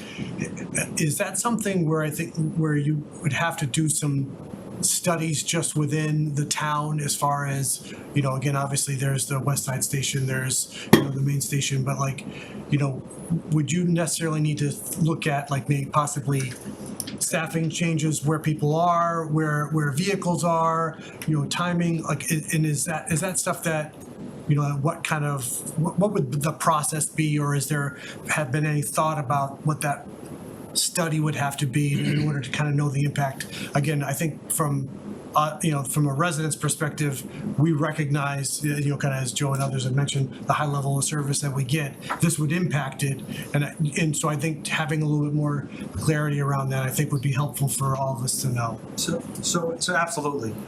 We've had a lot of conversations about this. We're looking at a lot of different data points. We're looking at, we have our firefighters, if they're delayed, they're making radio transmissions so that we can track how many times that happens. We're looking at call location, not just side of the track, but also area, because we do have the bridge for part of the town, but not really South Main Street. So we're looking at that. We're looking at types of calls, so medical aids versus other calls, because we only have one ambulance, but we have two engines, right? So we're looking at all that, and to answer your question, absolutely, it could result in some changes, whether it's adjusting staffing, increasing staffing. That was my question. And adjusting, it could be adjusting how we actually operate, our operations, changing some internal policies and procedures. I mean, that could all affect it. If we see numbers if we see things that we think that area, Main Street, is not going to be protected enough, that area of town, then we're going to make adjustments absolutely to increase that protection. Gotcha. Yeah. Thanks. I don't see any other hands, so thank you very much. Thank you, Mike. Thanks again, Chief Burns. Thank you. So page 63 will be the police department. Chief Clark is here. This will be nice and slow. Yes, oh yeah. Unfortunately, my lawyers told me I can't take any questions tonight, so this is gonna be very quick, so this will be good. No, I gave, the deputy chief and I try to alternate meetings. She's been very tied up with the select board lately, so I said I'd come tonight, and she's got the night off, so. Terrific. Just let you know. So, what was the question, yes? Okay, great question. Yes, we are at full staffing. Here we go. So police-wise, we're at full staffing. Dispatch-wise, we're full staffing, including the parking enforcement officer, the coalition, and crossing guards. I do have 2 retirements coming up this spring that we're gonna have to hire for. We have put out for laterals or transfers to come over. Even that's still gonna take us about 3 or 4 months by the time we do the hiring, look at resumes, do a round of interviews, do a very, very extremely thorough background check, psychological exam, medical exam. It just takes a few months to get in. The benefit to that is, though, what it saves us time-wise. If I have to hire somebody to send them to the academy, it still takes about the first 3 or 4 months to get everything ready. Then we have to find an academy. And this is no knock on the fire department. It's slightly different. Their firefighters can work and train with the fire department, if I'm correct, unless that's changed, before they go to the academy. Ours can't. Our academy is 6 months long, so if I have to hire a brand new person to send the academy, it's going to be a full year before I get them out on the road, because of the hiring process, the 6 months of the academy, and then the 3 months of field training. Whereas we go with the transfers, we're first of all getting an experienced police officer, and we've been very fortunate with that. Out of the past 12 hires, about 8 of them have been transfers from other agencies, some with 8 or 9 years experience, some with 1 or 2. But we get an experienced police officer coming in, and we can do a abbreviated field training because they know how to do traffic stops, they know how to talk on the radio, they know how to run sieges, they know how to write a police report. So that's why we're trying laterals first. We just put it out last week, and we already have a bunch of resumes in. So on that, just from a budget perspective, so, so in that scenario, say in the second scenario where you are sending them to the academy, are we still paying? So like, it's not like there's no, it's only if you don't have someone identified, whereas we're not paying for them. But if they're, heading off to the academy and you're in the academy for 6 months, they're still on our books and we're still paying them from a budget perspective, correct? Yes, so paying them as a step 1 police officer. So if they're off my books for a year, because even during field training, they don't count as a body towards staffing. Yes, we're paying that person for close to a year. That's a step 1 police officer, and there's actually a court case that just came out. Some agencies were paying them a academy rate, and that's been deemed illegal. So it's a step 1 police officer paying, so I could be paying for a year. Whereas we've been very fortunate, but I am not going to take an officer to save money. If I think somebody's not the right fit for what we're looking for Reading, I will absolutely pass. But we've been very fortunate with the people and why they want to come here and the experience. I don't think it only benefits the town because you have people from the sheriff's department, from all sorts of different size agencies that really, it's been a great benefit. And the people that are leaving their agency to come here, they pick up seniority, so they're going to the bottom of the barrel, last pick on shifts, last pick on vacation, and so the people that come here want to be here. Yeah, so they don't come with. No, not at all. They come in at the lowest step, and and they know they're giving up a lot to come here. So the people that want to come here are coming here because they want to be part of a great agency. We are a very well respected agency, and we're also an agency that people know that the town likes us and supports us, which is not everywhere in the Commonwealth right now. So we do have a very big draw for the people that come here. That's awesome. That's great news. I think we didn't even let you start. I said no questions anyway, so we're kind of done. He's already halfway done. Mary Ann, go ahead. No, this is one of your budget lines, and I heard something informally from someone. So is your miscellaneous budget line the one with the kiosks? Is that why that's gone way up? Yep. So I can explain that. So like Kevin from IT, I was well below the recommendation for the budget. However, there was a piece of software floating out there that somebody had to pick up. So it was either going to be Andrew McNichol had to pick it up and add to his budget, IT had it to the budget, or we had it to a budget. And it's parking software. It's not strictly for the kiosks. It's a software program that the one we were going to get was going to work with these kiosks, but we still needed some type of parking software that the parking enforcement officer, she was walking around handwritten notes, timing on her phone. So it's a parking software that where she can basically type in the plates when she's walking through, scanning plates, and then lets her know when the hour's up and she can go back and ticket those cars. It all gives us, when people challenge the tickets, it gives us a timestamp as opposed to her handwriting on a piece of paper. It's also software we use to communicate with the registry. Whereas if somebody doesn't pay their parking tickets, the registry assigns the fines as they go up and allows us to clear them out of the, so if somebody goes to renew the registration and they have 25 outstanding parking tickets, if they pay us the full amount, we can then take it out of the registry and let them renew their license again, the registration again when they go in. So it's overall, the software we're looking at was tied to the kiosks, to answer your question, but we still need a software package for parking, if that makes sense. And my question is this one-time cost or recurring cost? It's going to be for the devices that Bridget carries around.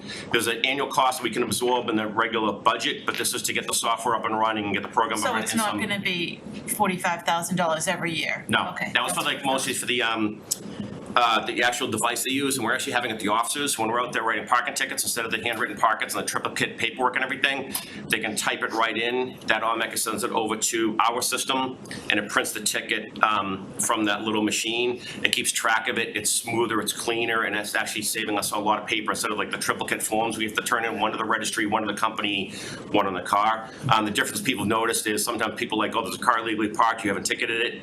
We have that. They're not bright. They're not the bright orange punch you in the face tickets. They're a little smaller and they're white, so we're still ticketing cars, but they're just smaller because it's printed out. It takes less Do people still notice them when they're not No, bright not orange? everybody. Yeah, they've been, people been paying them. right, Yeah, so this my isn't gonna be question is just, 25,000 does every it year, it's recur? gonna be, I can absorb the regular service, because we always had it. This is to upgrade us, to get us kind of from, 1983 to 2025. 20th century Yeah. technology to 21st. Yeah, get us more caught up with technology. So, just go into that, so dispatch, we level funded expenses, the coalition, we level funded expenses. The police department was the only one that we had an increase in. Again, we were below, except for the parking software. Everything else was modest increases. Cruises are getting ridiculously expensive. We're constantly over and spending cruises every single year. With the increases, isn't going to match what we need, but I can kind of shuffle around for work. Sharon and I have worked together. We can shuffle around from other areas. What we are trying to do is the portable radios are in great shape. It's the batteries that are starting to kind of get near the end of life. So instead of coming to you and asking for a 50,000 ask on a capital plan, but having our batteries all sort of die at the same time, what we decided to do was I added extra money in, and we're going to slowly start buying a group of batteries. So that way we can kind of spread it out over a few years. And that way we have a shelf life of batteries that they're not all dying at once. We kind of always have fresh ones in. So that was something, like I said, instead of capital plan and risking them all dying at once, we're kind of slowly going through. The radios themselves are in fine, great shape. It's the batteries that actually have a shelf life. And everything else is just a couple minor expenses, nothing heavy. We really tried to keep, we understand, and there's some people that had bigger ass than us, we really tried to keep it under. I was trying to keep under the radar, but then I would have had to either throw Andrew McNichol or Kevin under the bus, and Kevin already got thrown under the bus with some other technology stuff and security, so I figured I'd help him out a little bit. But yeah, dispatch has 11 civilian dispatchers in there that do police and fire and emergency medical dispatch. They're full, coalition is full. We're doing okay, but like I said, I do have 2 retirements. One I'm never going to be able to replace. Kristen O'Shaughnessy, our community service officer. It's going to be a huge loss to the department, what she does, but she's looking to retire and move down to Florida. Yeah, blame her. Call her. No other questions? Great. Henry, sorry, I didn't hear you. What? It's an easy one. Okay. So there's a line for cell monitors. That's going away? So it went away. What is that? Can you explain us? Yes, what we used to have civilians, people, it used to be a lot of retirees that would come in and sit in the cell block and watch a prisoner, because we have to check the prisoner every 15 minutes, and there's and we'd have somebody actually sit in there all day long, all night long, if we have them. The reason we've done away with it is for a couple of reasons. One is if something is a medical emergency in there, they still have to run and get a police officer, or if the police officer's checking on the person. 2, we've upgraded a check system where it's actually a system that logs in the check. So if anything ever happened, we can prove when the officer went by the check. So between the camera system and this check system, and us in the Middlesex Sheriff's Department have joined this what's called the Safe Keep program. And what it is if somebody's going to be a guest of ours for the weekend, because court's closed or they can't make bail, we're not trained to house people, we're not trained to feed people, we're not trained to give them medication. The Sheriff's Department is, that's their job. So what it is if somebody can't make bail or they're on a warrant, can't get released, we call up the Sheriff's Department, they come down, pick them up in a van, and take them to the House of Corrections. And they stay there. We then just have to go on the next court day, we just have to pick them up in a cruiser and bring them to court. The liability that saves the town, I can't even begin to tell you if anybody's ever seen anything about an in-custody death. The liability that saves the town, you can't put a price tag on. But it's also, for the short term, we're just using police officers. So that's why we got rid of the cell monitor line. I'd rather have a trained police officer, trained in first aid, trained to deal with de-escalation. If it's a person's faking a medical and if somebody opens up the cell and they start fighting with the person, but then it's also because of the Safe Keep program. That's great. You're right, that was an easy question. Ed? Same question that I asked on the fire side. Similar study that you'd have to do for MBTA and the tracks. I know, again, thanks again, you were vocal and for us, for the rest of the residents on this, but curious, similarly, looking at possible staffing, and where, kind of calls and how you respond, like, are you kind of assistant chief looking at that, same type of, kind of where the calls are coming from, the deployment, things of that nature? Yes, so we are. So some of our fellow first responders, we have our officers calling over the radio if they get delayed by the train. Right now, the town is split up into sectors. and there's a car dedicated to that sector. And there's backup cars that float between them both. Our concern is that when it's a serious call, armed robbery, domestic, a bad car crash, a rollover, for example, on 129, where we're trying to get multiple cars into that sector. That's our concern without having how much of an impact it is. We'll adjust, we'll figure out a way. I would just like a little cooperation from the T, and I'd like an understanding of what the train schedule is going to be so I can make those decisions. But yes, we will maybe have to adjust. We're also going to be looking at forecasting what construction projects, apartment projects are coming in, because depending on how much housing develops in there, that's more alarm calls, more 911 calls, more domestics, more breaking and entering, more car thefts, more accidents. So we're gonna have to adjust at some point, and we'll constantly do it. Since I've been on, I'm in my 30th year now. We used to have 2 sectors, but when Jordan's Furniture, the Staples came in, Market Basket, everything, we actually added in a sector 3. And we changed the sectors around and added a sector 3 in.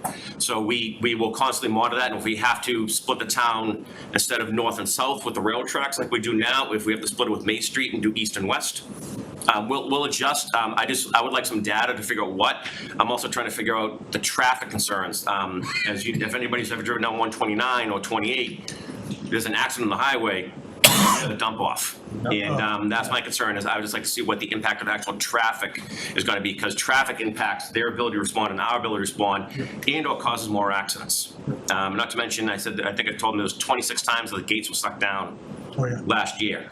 Wasn't even because of the train, 26 times, and that's a concern of ours as well, as our ability to provide services. We're going to come, we'll get there. My concern is if it's a really serious call and you got one officer responding alone, because or the sector 2 car and the backup car tied up at one call and a second call comes in that sector, and now we're trying to get there and you got 3 cruisers sitting there waiting for the train to come by. That's a concern of us. But we'll always adjust, we'll make it, and we're always kind of monitoring it anyway as developments come up. But yeah, it's going to be a concern of ours. Thank you. Joe. Just quickly, I might have missed this, but the animal control and crossing guards, it's good news, it's flat, but why is it flat again? So animal control, I gave 2 a day years ago. Actually falls under health in a lot of agencies, and half their job falls under health, like kennel inspections, dog bites. Health would get the reports, not us. We still will go to a dog bite and get the information so we can give it to the animal control officer, but it fits better under health with a lot of the inspections they do. So a year or 2 ago, we transferred what I had over and we sent it over to them, so it should be no money at all in that line unless I really messed up the chart. It says 182. Yeah, it says. It's probably pulling the wrong number. It's probably off a line or something. One must be off. Because it should be a 0. It should be 0. Yeah. That's why it's going up 0%. How did this happen? Because we're not going to put Something's not right there. Yeah, it says change, nothing, and then it's the same as 2025, so no change. So I think that line is supposed to be crossing guards. So the animal control is Crossing pulling the guard's wrong the line. same too.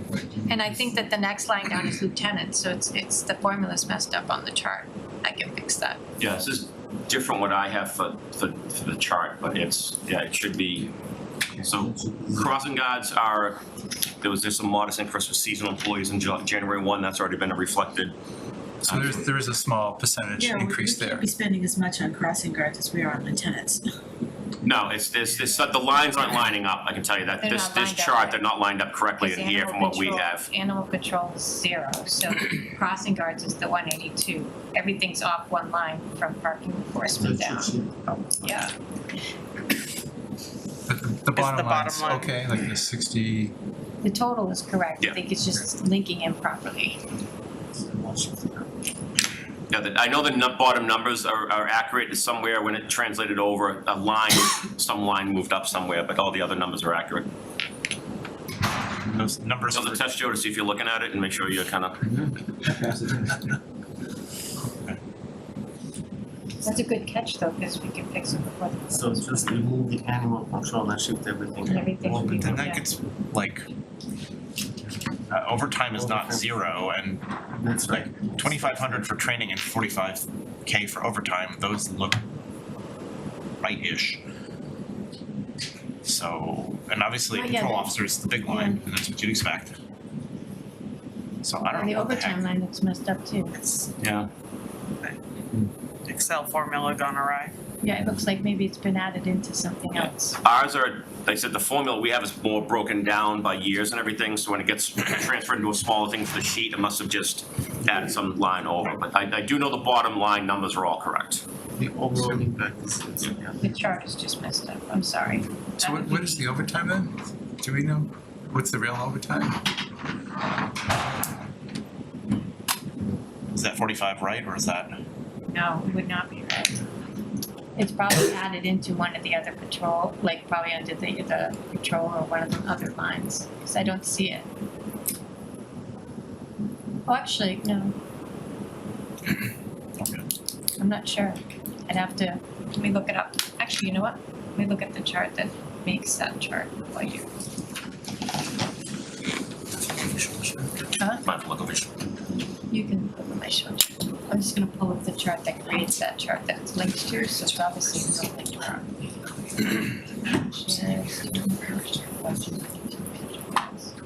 Joe, there was something in the chat.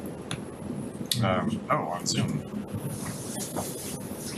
I think I It's not necessarily a question, I'm just not sure if it's, it says that it's supposed to, Oh, that is a question for Jackie.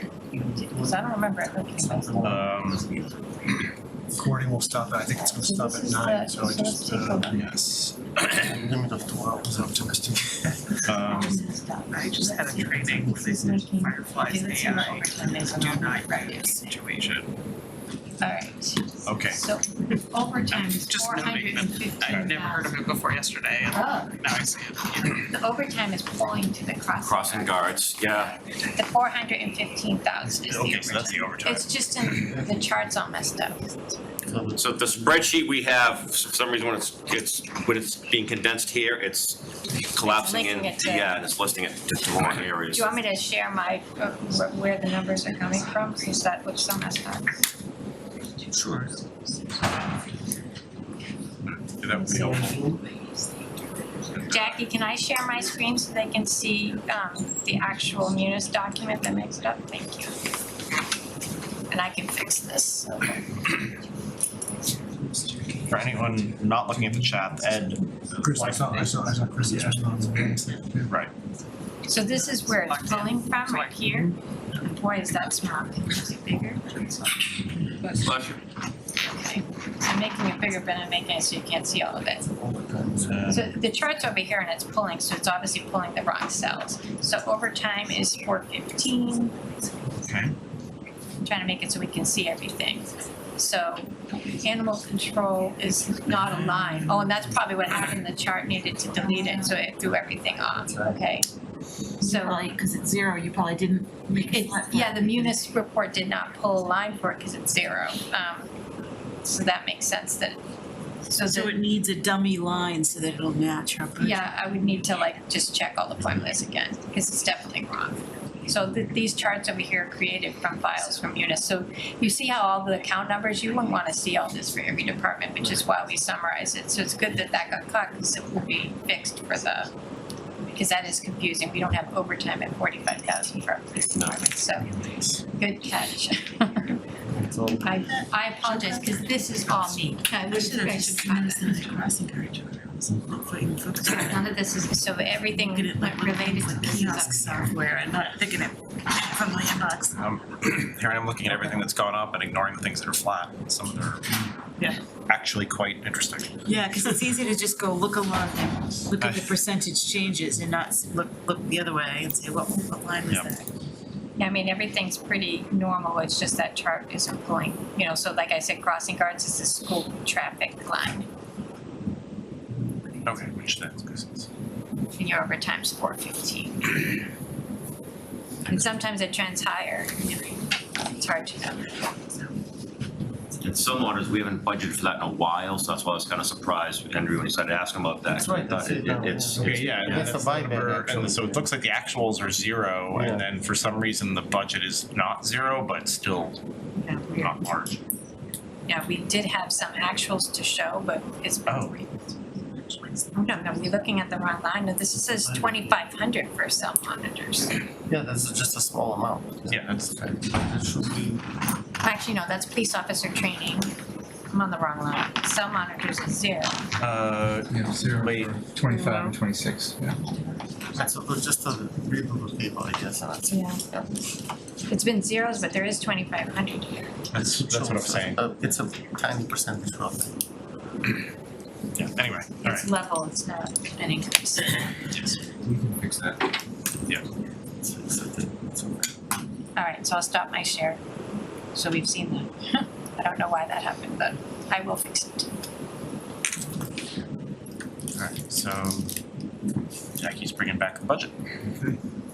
Joe, I'm sorry, was there a question in the chat? No, okay. there was a, we got a notification from the AI note taker. I assume that if it needs to get reinvited, Jackie's on top of it. Okay. Today I learned we have an AI note taker. Oh, I see. Yeah, it says it in the chat. Thank you for flagging that. If someone did have a question in chat, I would want them to be able to ask it. All right, other questions, Chief Carr? Thanks, Chief. Thank you very much. See you. Okay, next we'll go back to Sharon on page 67, so she can tell us about her finance department. Okay, let's go to page 68, because I want to look at the chart.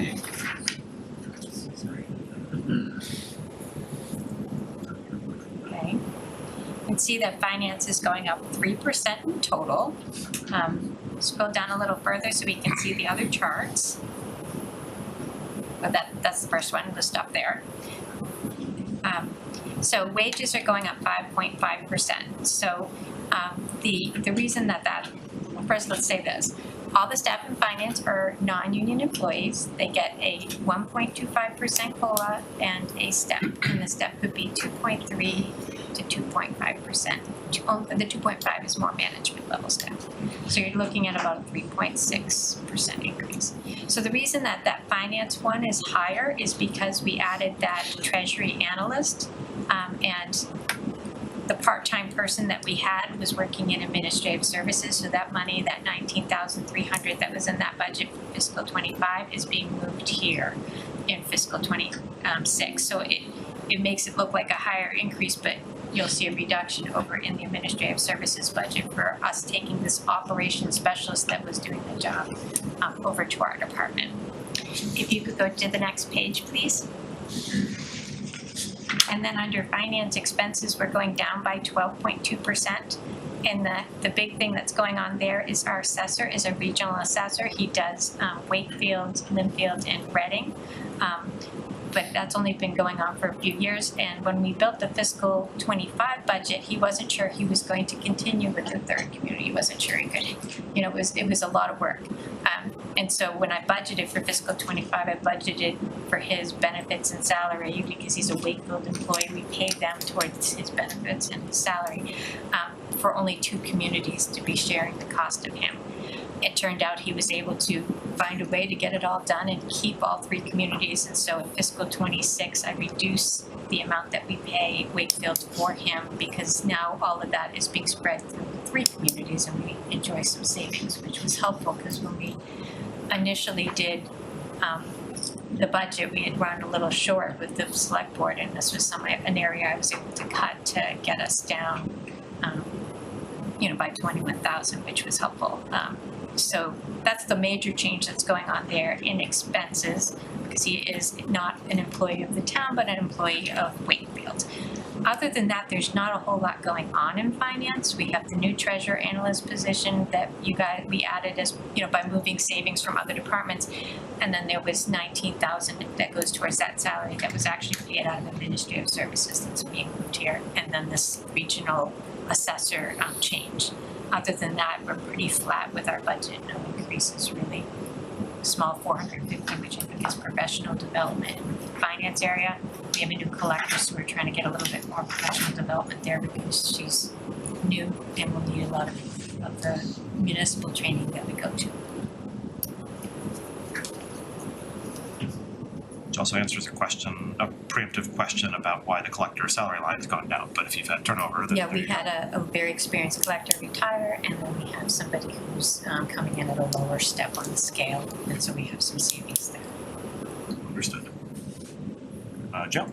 But Sharon, just quickly, the assessor, like, do we just split that like 3 ways, or how do we, like, it's just I prorated, thought it or was is split it by? 3 ways equally, but I think because Linfield is smaller, they get a little bit smaller percentage, but it definitely still a savings for us to have 3 communities as opposed to 2, because, you know, I think we could do 40-40-20 or something, because we're a smaller community than us, but it does provide a savings, and I'll take anything that gives me a little savings in this budget. I say we renegotiate. I think that the contract I was looking at was expiring, so I don't know what they do going forward. This was the introductory contract that's just expiring. Tell the first Linfield they're couple on the hook. Yeah. Watch out.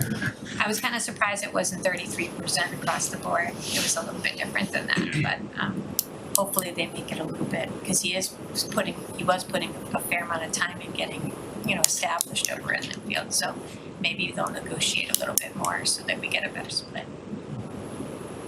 Thanks. Run further questions? I'm not seeing any. All right. All right, thanks, Sharon. Thanks, Sharon. Thank you. So we can move in, keep on going forward, moving to DPW on page 75. The director, Chris Cole, is here. And hopefully from there, we can go right into the enterprise funds on page 156, because those are covered by Chris Cole as well, so. Thank you, Matt. You're welcome, Chris. So we'll just start off with staffing. We have no change in staffing numbers. We do have a few open positions right now in the department. We have at present, 2 open engineering positions, but we have hired 1 already, and they will be starting with us in June. We have a senior operator in highway position that is open. We're going to be interviewing for that next week. And we have a laborer in Parks and Cemetery that is currently open. We're interviewing for that next week as well. And we also just posted for 2 seasonal positions in Parks and Cemetery, so we hope to fill those soon as well. But let's see, starting on page 77, the overall general fund wages were up 4.8%, which is based on contractual and non-union compensation requirements. Overall expenses were actually down 1.6%, and I'll explain that in a moment. Moving on, Jackie, to page 79 on administration. Administration was up 8.1%. We had a slight increase in professional development. Moving on to page 80 on engineering, that was actually up 18.5%, which was $5,000 increase in both traffic control repairs and police details. Moving on to page 82 in highway, that budget was up 1.6%, which was increases in equipment parts maintenance, fuel, and police details. On page 83, stormwater was level funded. Now moving on to page 84, forestry, you can see there's a reduction by negative 64%. So back in November of town meeting, this past fall, town meeting approved an additional $150,000 for a phase 4 of the town forest removal and phase 5 of the invasive management. So that's not needed now, so that's what the reduction is by that. And then we had a few small increases for shade trees, brush disposal, and police details again. Moving on to page 85, parks and cemetery, we had a minimal increase of 0.3%. And that is all for general fund. I don't have any answer any questions that you might have.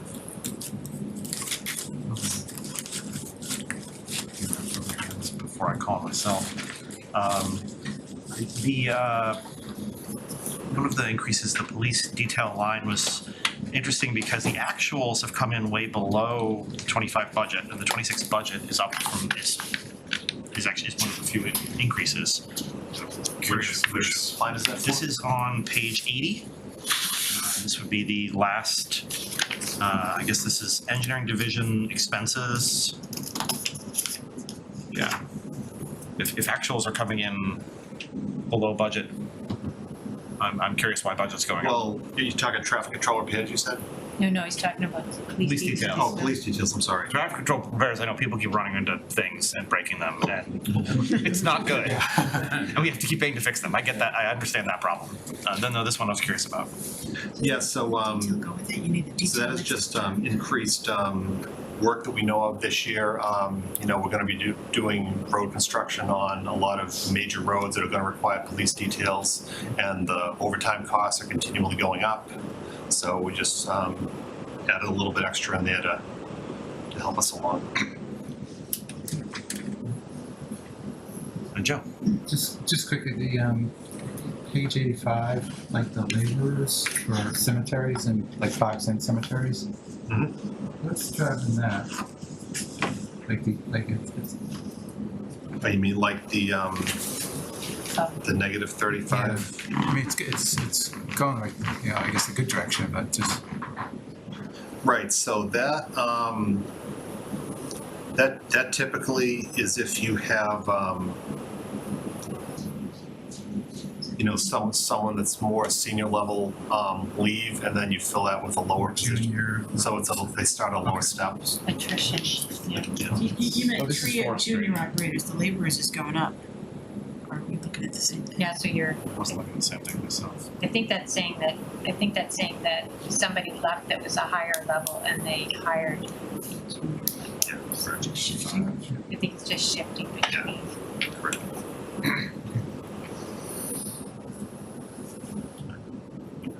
Page 84? Sure, go ahead. On page 84, what's that huge 150K adjustment? So that's what I just mentioned, that back in November, the town meeting approved $150,000 for, $50,000 for phase 4 of town forest tree removal, and then $100,000 for invasive management, but we don't need that at the moment in April. It's like a one-time. If you're curious, I took the wages numbers and the expenses numbers, took 150,000 from FY25 to see what's the real difference. And yeah, so it's a 6% or 5.9% expenses increase. If you're curious what the what the impact, yeah.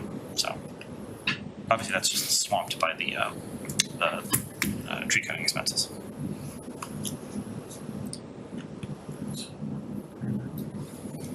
Anyone else? Questions?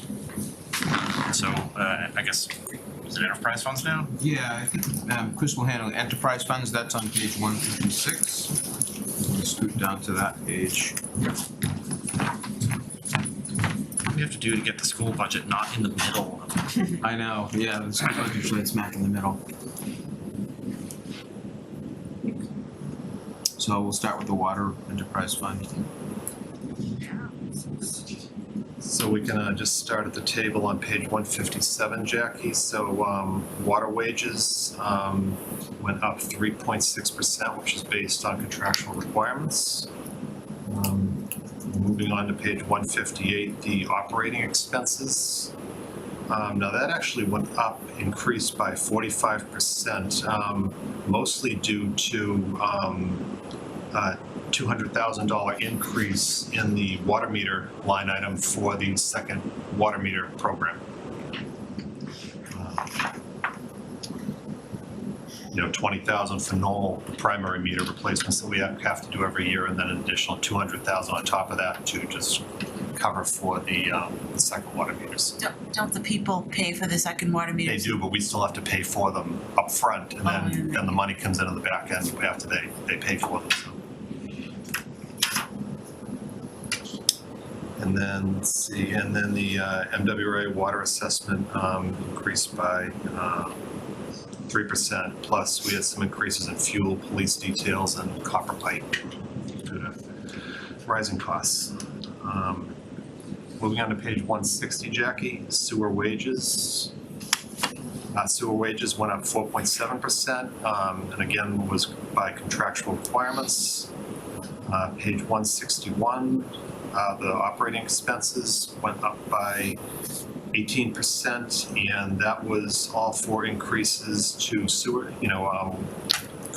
maintenance costs for sewer stations, supply funding for the sewer pump stations, increase in fuel, and the MWA sewer assessment was increased by 3%. Let's see, moving on to stormwater wages on page 162, Jackie. Again, wages were up 4.8% for contractual requirements. And then lastly on page 163, the operating expenses increased by 4.7%. And that was for drainage, slight increase in drainage maintenance and equipment and supplies.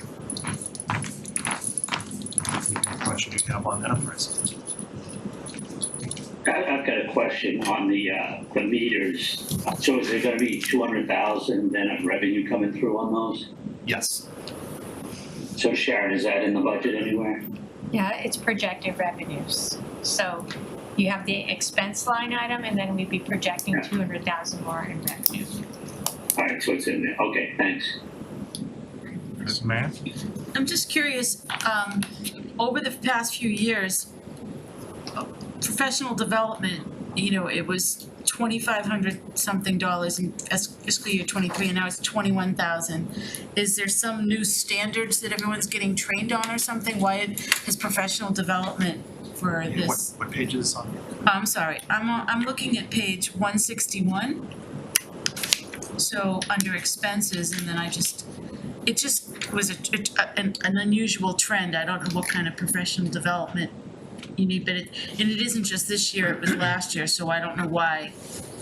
Is this required professional? I mean, that's just different requirements for licenses, and a lot of them are like the water and sewer licenses. The costs go up for the different classes that have to be taken, and training and so forth. Do they come in at a cluster, like is everyone, maybe people are on some periodic renewal and they were all due or something at this time? Yeah, very well could be. Not totally sure for last. Yeah, I just don't understand why it would go from like 2,500 to 21,000 over 3 years. Like, what changed? If you needed new certifications or something. Yeah, I mean, like everything else, costs are going up, and costs are going up on training classes too. So. That's quite a. That's like right. Yeah, it could be. Yeah. We have a lot of newer employees. Okay, I mean, if somebody's going for a certification, they didn't have before, it's more required to get there. Okay. So if you have attrition and people leave and you get a less experienced person, that would account for it. It might be a Sharon question, but for the water enterprise fund, like on page 156, the 1.7 million, like how much would we still have left in reserves then? What are we looking at up there? Like the What is it, water, what are we? yeah, for water first, like water enterprise fund, like if we're using like the 1.7. So the 1.7, I think they have close to $6 million of reserves, so it would be around above 4 million. Okay, and then I guess. A little over 4 million. I don't know the exact number off the top of my head, but it's just shy of $6 million they have in reserves. Okay, and historically, is that like higher or lower in mid-year? I mean, a lot of times we put in enough to cover capital and try and keep the rate from going up. Like when I'm putting that number in, I'm looking at what our average usage is, and then I know we do tiered billing, but when I build this, I look at it and say, I just take the lowest rate. If all of the water is sold at the lowest rate, and this is our average water intake, this is how much revenue. And then I look at what our operating budget is, and I try and get that increase needed for the water and sewer down to a reasonable percentage. So the free cash tends to be a plug to try and keep the water rates more stable. Yeah, okay. And a lot of times, capital will drive it, so there's $725,000 of capital in that budget, so you're covering the capital and then kind of trying to keep. So you're really millions to keep the rates, okay, all right. I guess similar on the sewer side too, you're doing the same. Same sort of thing can happen on the sewer side. I look at the actual usage, we keep a spreadsheet that's all the usage. We're going back around 25 years. And we conservatively project the volume of water that we sell and what the rate would be. Okay, thanks.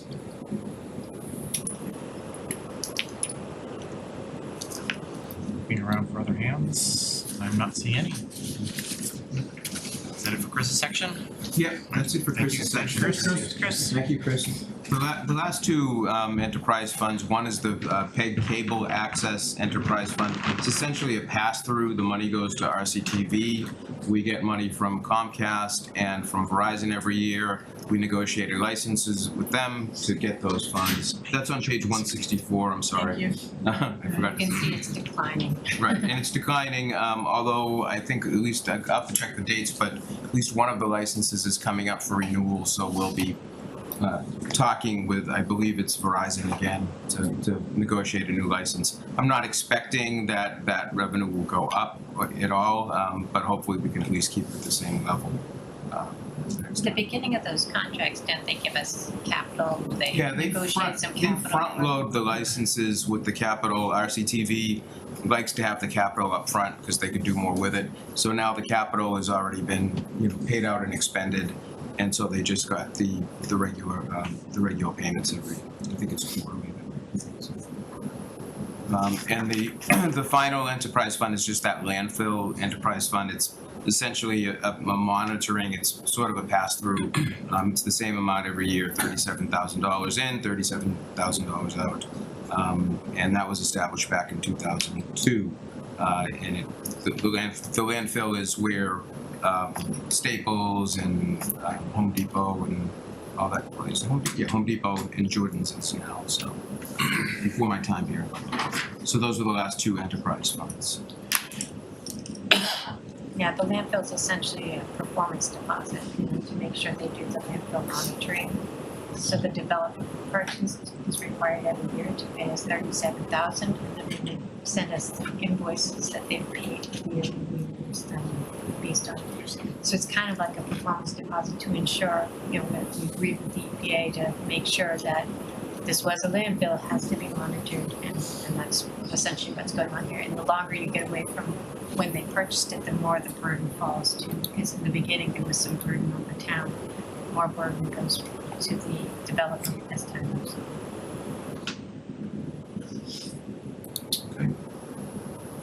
All right, so we have two more departments left. So the Reading Public Library on page 86, and then facilities would be the last department of the night, so. All right. I'm Amy Landis, the director of the Reading Public Library. We're a very busy library, as many of you know. We have, we're open for over 3,600 hours a year, including Sundays from October to May. We have 25 FTEs. We are fully staffed and do not, and we are fully staffed, and that has not changed from FY25. It's the same essential number. We get about 14,000 visitors a month, and last year we had over 700 programs.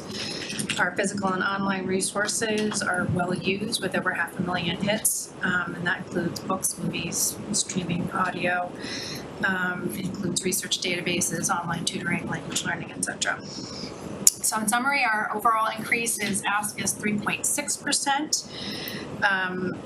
The staff wages increases by 3.2%. All of our staff are non-union. And then the overall expenses go up by 5.4%, which is a total of $450,000. It's a $23,100 difference between our two, 100 difference between the 2 years. With expenses, all I can say is that if you go down one more, Jackie, thanks. You can see a little bit of the breakout of expenses, things like our equipment, contract, software licenses are going up, just like everybody else. We're ending certain contracts, things are just going up, so we're trying to keep those costs down as much as we can. But some of those were had less increases over the last few years, and we're sort of seeing that come to fruition now.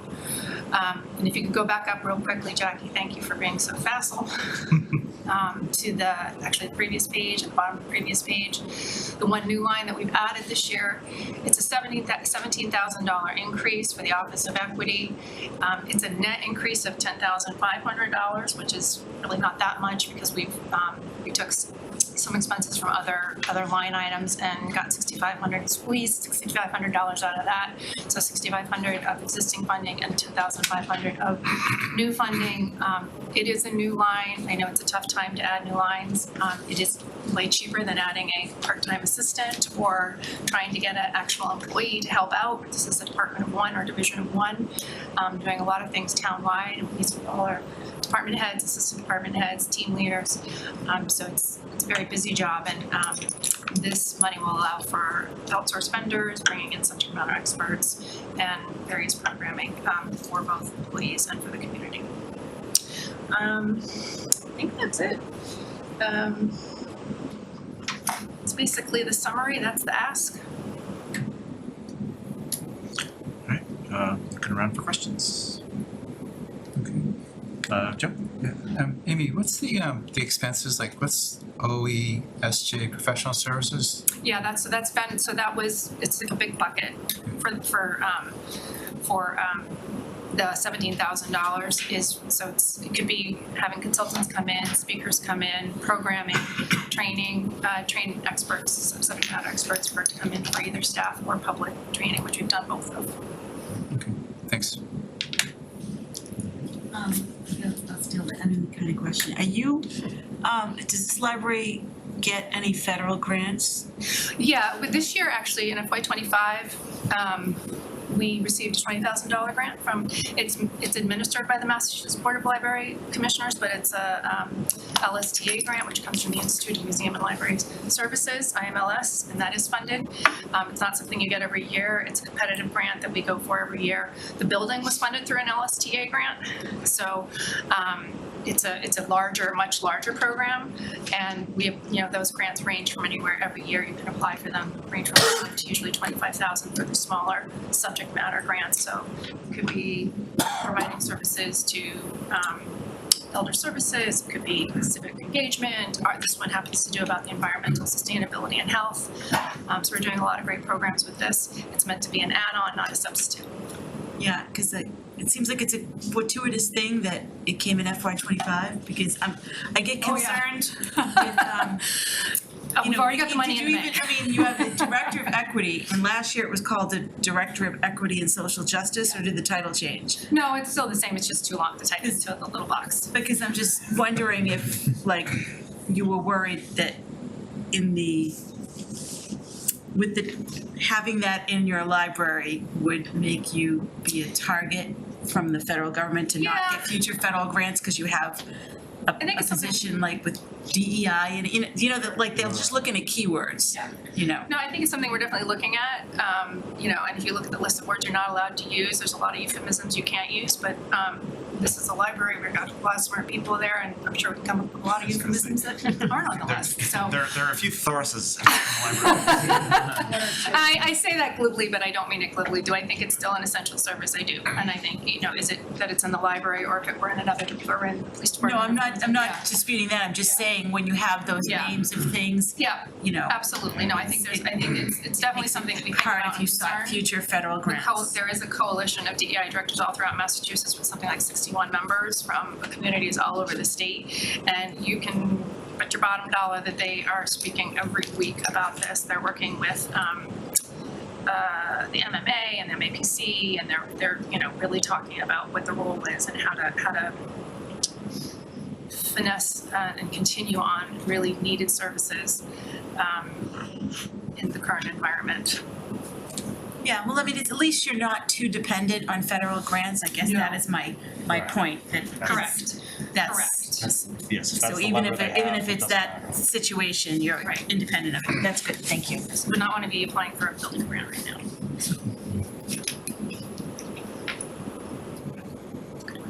Anything online? I don't see any questions. All right. So thank you very much, Amy. Thank you, Amy. Thank you. So the last department of the night is the Facilities Department, and that's Joe Huggins, the director, page 91 in the budget book. I'm just hungry. Hi, everybody.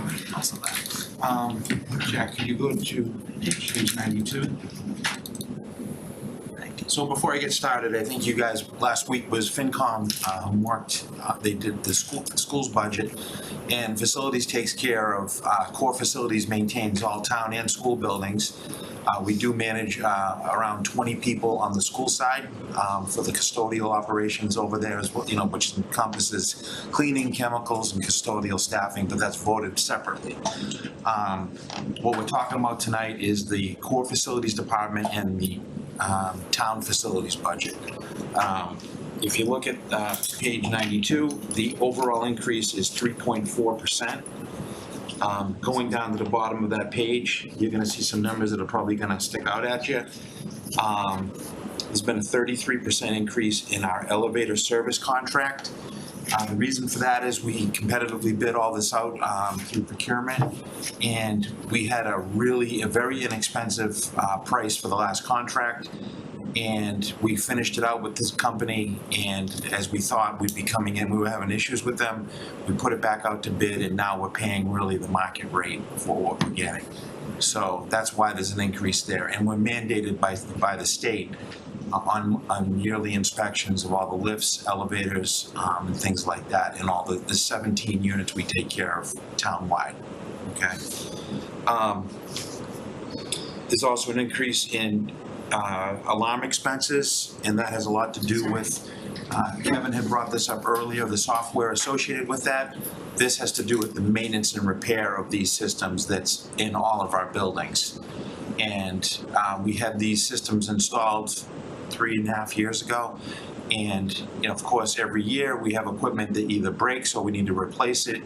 And the cost of the equipment and the prevailing wage rates have gone up dramatically. And we're seeing that across the board, so that's why there's an increase in that line right there.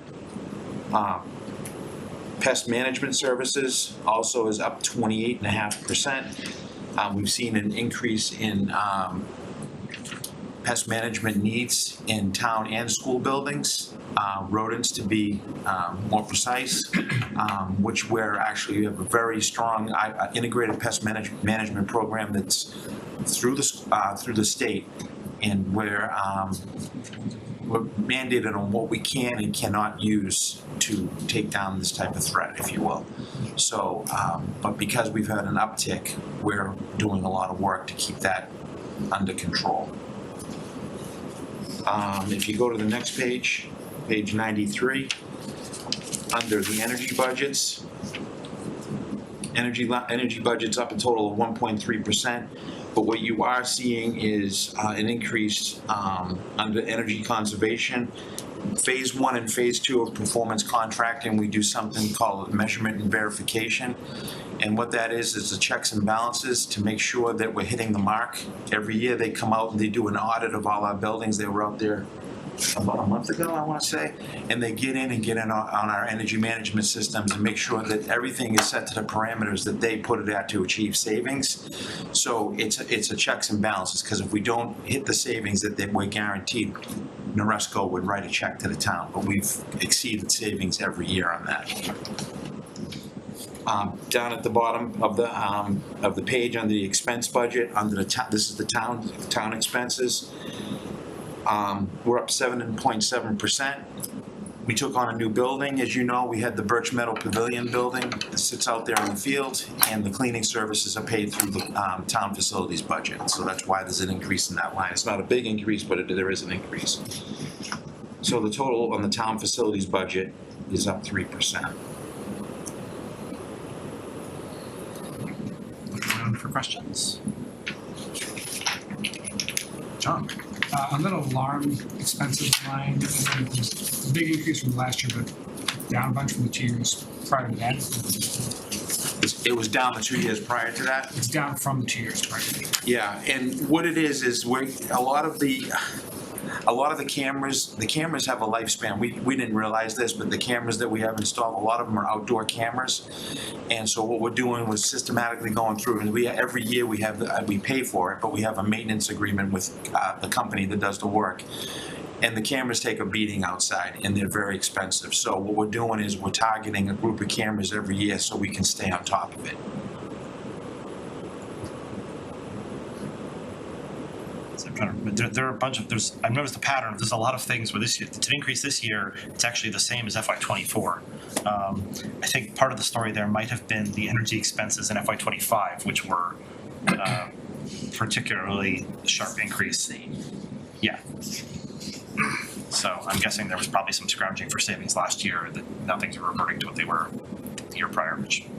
Yeah, and if you look at the energy portion of our budget makes up a huge piece of the budget. Right. And that's what drives our budget. Like this winter, we've had a very cold winter and we're feeling it. Any savings that are generated in facilities are through our energy. So if we have a mild winter, that benefits us. If we don't, which we haven't had so far, the costs go up, the consumption goes up. So we try to manage that. Kevin DeBuzzi, who's our assistant director, that's his primary focus in the wintertime, is to make sure, among other things, that the buildings are running at optimal run times and we're not, to avoid peak demand charges, we don't turn everything on at the same time. We stagger the startups. But we also have to keep in mind that when it's cold like that, we don't want to have freeze up, so we end up running the buildings for longer durations to keep water moving in the buildings that have, hydronic heat in them. So. Joe? On the same question on the energy related, for electricity, right, like page 93, electricity total is only going up like 0.5, but I thought the residential rate, like RMLD, was going up like 6 or 7 next year or something. Okay. Oh, on page 93? Top of page 93. Is this the same question as the one in accommodated costs? Is this the thing that added up to being an unchanged electrical line? If you look at what actuals are, what our budget was for school, it seems like we've had some savings there, and so that's why it didn't go up. Because we had more than enough in the prior year, so that was an area where I wanted to be steady and still have enough, even though there's an increase there. Obviously, I don't take that lightly because that facilities budget is very important. But you can see the actuals of the prior year, and it does seem like there was excess in there. Yeah. So actuals might be up 7%, like our power bills. Yeah. But that would still be 7% more than 533 is a lot less than 820, so. Obviously, I can't do that for 2 years in a row, but it was an effort to keep No, something it's great. stabilized. I'm glad you did it. Yeah. And I don't know if I said this, but we're fully staffed right now. But not to be a wise guy, but we are gonna, we're heading towards potentially 2 large building projects. And I mention that because, we're looking at the need for more help in terms of maintenance staffing, operating money for electricity, because these are gonna be full electric buildings. And then service contracts. So we will be having this discussion. Yeah, we're gonna be having this discussion going forward. Because we do it all right now with 4 maintenance guys for 1.1 million square feet. The rest of it's contracted out through service contracts. But the day-to-day work can crush you. And we try to stay on top of everything. But when you add that kind of square footage to the footprint, So and maybe just a kind of a follow-up question on that. So given that they're potentially newer buildings, Yep. does that, when you look at that division of labor between staff and then service contracts, is that because a newer building, would that be more on staff versus a service contract because just of the newness of the building, or is that not a determinant for it? I think it's both, actually. We're gonna increase our service contracts to cover, right now Killam's 70,000 square feet, we're going up to 120,000 square feet, potentially tripling the size of the senior center. So there is more activity that goes on in there, and even though they're brand new buildings, things do break, we need to cover those buildings, right? And we also need to, extend things like, fire alarm, elevator, HVAC, all that, electricity budget, water and sewer, things like that. So there's a lot of things that, make up that. But so you would start, like, again, where we've got a few things happening in a few months that to help determine that, but like, you'll start that as the projects move along, you'll start to look at projecting staff. We already are looking at it, yeah, well, yeah, but yes. Yeah, so some of those staffing numbers, say for Killam, that really won't hit until 27, 28. 28, yeah, Gotcha. Okay. Any other questions for Joe? That's it, so thanks, Joe. Thanks, Joe, really appreciate it. Good job.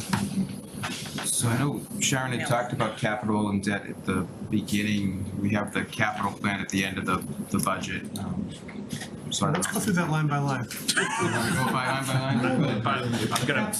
gonna pause to salute everyone here, staff and committee, because we just powered through the whole town Thanks, budget everybody. in Really one appreciate sitting, it. which, thank you very much. This usually takes us 2 nights and. Yeah, we only have 2 more hours left, guys, so don't get, Yeah, I think it's, we have time left. They we don't. do? They don't. I'm leaving with them. Yeah, thank you for that. Not that much time left, thankfully. All right, so it's, 1 second while staff gets it. Well deserved. Are we going over the capital plan? This isn't the right one. This one's the one for November town meeting, because I started making changes. Thanks for your time, appreciate you inviting us. Thank you. Thanks, gang. I didn't want to change what was in the book, and I got a change that has to happen in November, so. All right, so yeah, is there anything to be said or asked about the capital plan here?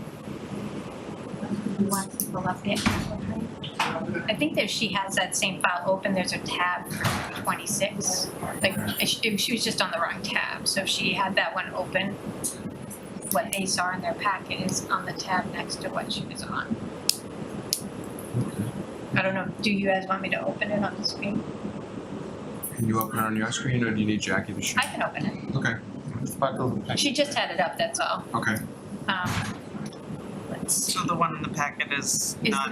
Is the correct one, but she pulled up one that's not the one that's in the packet, it's for November town meeting, because we Yeah. started on changes that I'm hearing It's on about. 168. Yeah, I got a little I'll pull it I up was up at that schedule too. Yeah, sorry about that. To the end, to the Yeah, big horizontal 168. It doesn't take, there's not I a lot. had a change come in for facilities, and I don't want to make a change until November, because the book is, pretty much getting close to being ready to be printed. Okay, I've got it here. So Sharon,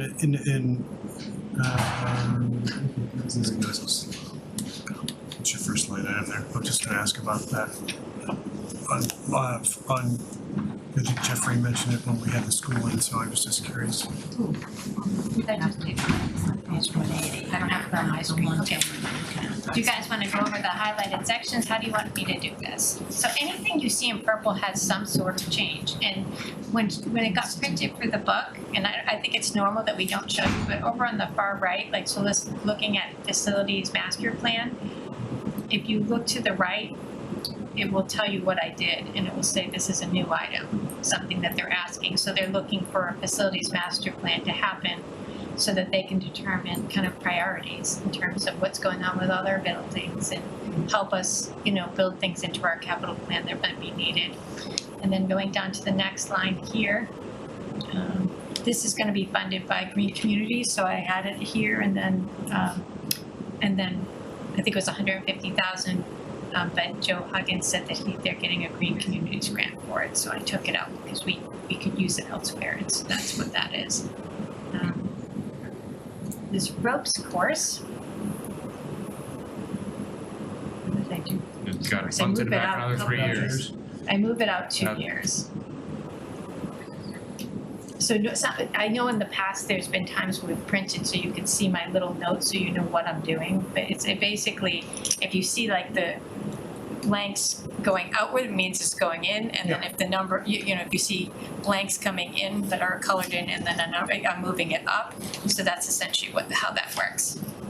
What else do we have here? Sure, do you have the screenshot I sent you? Because I had the question about how this worked, and I took a picture to try to explain it. I didn't see the screenshot. Oh, it was in the okay, because I said my. Maybe if it was there, I didn't see it. Okay, it was down at the bottom. I was like, I think this is an example of something was added. I think of something was pushed back and something was pulled forward. You said yes. Yes, I mean, so sometimes they're new items, sometimes it's a pricing change, and so I think maybe going forward, when we print this for the packet, maybe we should make sure that my little note is there, because it will help you understand what I'm Yeah, trying to because convey. distinguishing a pricing change from a completely new addition, Yeah, it's really hard. different questions. And that's where the new note would come, you know, like this is a new item, something that's being added, so So maybe in the name of, on that column A, for example. I could put new, Yeah, just change, put that new or change. but then I gotta take it or out move. for the next revision, so otherwise people are gonna continually think it's new, but that's definitely an idea of something I can do. So in this case, we have this fire, Main Street Fire Station, they have a need to have their elevator replaced. And they told me to put it in fiscal '27, and the change I made today that will come up in November is this is actually gonna cost more like $300,000, and they want it in fiscal '26. So I had to move things around to make that happen, so, but this change is the change that I knew about at the time that we were, finalizing this, and then he's realized that this is actually gonna be more, and so I have to increase it. So you'll see that at November town meeting as a change, but this is what he projected at the time, and in the timeline we thought about doing was 2027, and now he's saying, I don't know if it will last, we might need to move it up. So these are the kind of things that come up with some of the assets, is something shines as a high priority just because it's breaking down, they're dealing with more problems, and some things are just too expensive to keep repairing. So the elevator came up in the town hall as well, you see that two down, that needs to be replaced as well, and we have that in 2028, and the pricing of that is gonna go up as well, but this was just to hold a spot, I guess, when they realized that they had some issues. And then this town hall roofing project, we have design, and then 550, it was scheduled for 2030, and I moved the design up 1 year and the actual project out another year. Let's see, what else do we have? And then I saw a pickleball court still in there at 1.95 mil in a few pages. Did you have that in there before the select board discussed it? So before the select board discussion, in order for it to even get that far, I have to schedule the debt. So that's something that could come off if we decide not to do it, but when they told us what it was gonna cost and what they have for donations, I put 1.65 million as a debt offering. Even they at the time gave us a 1.95, and then by the time they had the meeting with the select board, it went down 100,000. So what I have in my debt service plan is borrowing of 1.65. If we don't move forward with it, that would be released so that more capital could be done. So that's the way, it's just holding a spot right now. Same with like the Birch Meadow Phase 2. There's some thought that the money that we asked for might not be enough for the project, so we're waiting on bids to see. And we won't start the project until we know for sure what that pricing is and how the community feels about the new pricing if it's higher. So we have a couple, just, carpenter cutaway van, we have to move things out sometimes to make this balance. And these were moved out quite a ways. 2028, so what we're talking. It said move out 1 year. Looks like more than 1 year. I must have changed it again and I didn't change my comment. In order to rebalance, when we did all the elevator stuff, I obviously made changes to this to get the elevators in. And other things. Things got moved around to like fit the elevators in because they were not there prior. Let's see, what else do we have?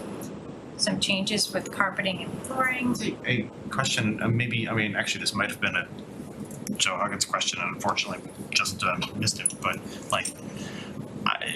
elevators, I pay attention to anything in the capital plan where it was a new addition without a lot of lead time, because certainly you notice those because they make your job hard, but they also it's money that we hadn't planned on spending.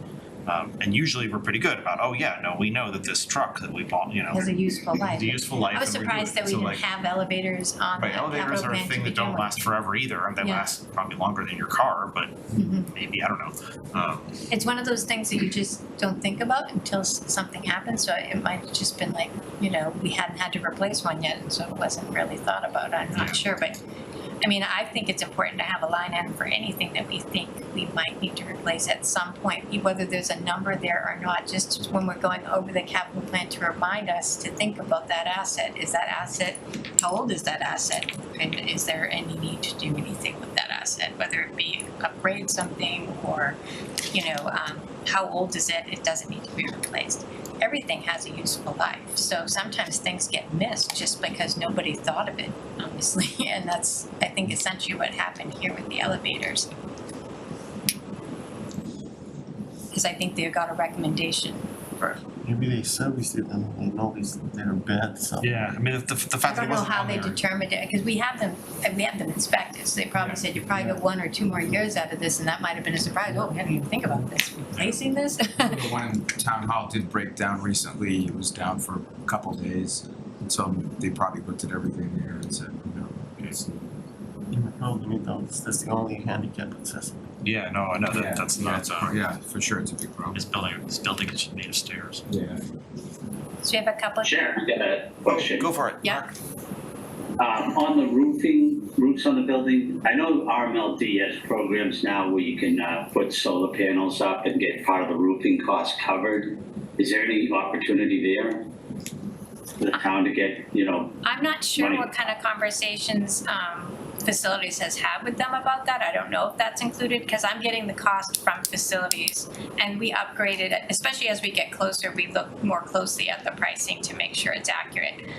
So I'm not entirely sure if that pricing includes some help from RMLD, like you're saying. I would think some conversation would be had with them if there's some savings to be had. But I have not been particularly involved in any of that, so I don't know for sure. And we don't have solar panels on any of the roofs of any buildings, do we, in town? Town buildings? No. Is Killam supposed to have? Killam will, and we were looking at Parker, but it wasn't gonna really work out at Parker because of not enough space there to Yeah. make it worthwhile, but I don't think any buildings exist currently that No, have them, but Killam will. Killam will, that's in the plan, yeah. Burbank Arena looked at it too, right? Yeah. It didn't work there. It didn't work at Burbank either. There's certain circumstances that have to be ideal for that to even be worthwhile, I guess. Exactly, yep. All right, moving on. Carpeting and flooring and doors in the later years get moved out a couple of years. Then this was helpful. The Birch Meadows service line, food service line, and the Barrows food service line, those were $85,000 each. Joe came to me and said that the school lunch revolving fund was going to try and capture all their capital, like make themselves completely reliant on the revenues that they come in. How is a food service, what is a food service line? I think it's something where they have the heated, when they're serving the kids. It's the place where you line up to get your school So lunch. we're all like, they put Okay. those metal trays and they keep the food warm and they're serving it out of there. Oh, okay. They both need replacement, and I had them on my capital plan at $85,000, not knowing if they could cover them under their revolving fund, because school lunch is kind of self-sufficient. All right. They're supposed to It's be. almost like kitchen But equipment. I was sometimes the thinking like just where capital the we kids take line up. care of. The person in charge there thinks that she will have enough funding to do it through the revolving fund, which took some burden away from us, which was outstanding. Both of those were $85,000 each. So that's just something going away. That was planned for, where was that planned for? Fiscal '27. And they also had, I don't know, I see it, I haven't gotten down to it yet. There was a food service van. It was $52,000. That went away too. They're going to buy that out of their revolving fund. And then we have this firewall upgrade that's happening at April town meeting. It's a $60,000 ask.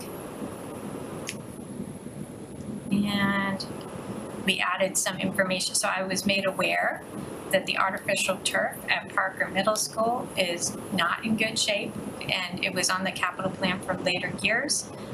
In order to expedite that being repaired, we gave $150,000 in 2026. We moved it up on the capital plan and we're planning debt for that.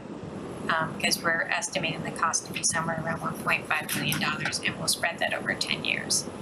Same thing with the pickleball courts. They told me they'd get $200,000 in donations and then we have $100,000 in fiscal 26 committed towards pickleball. So if we did go there, I would borrow 1.6 to debt service for that instead of capital, because it kind of was an unexpected something that seems to be a want soon.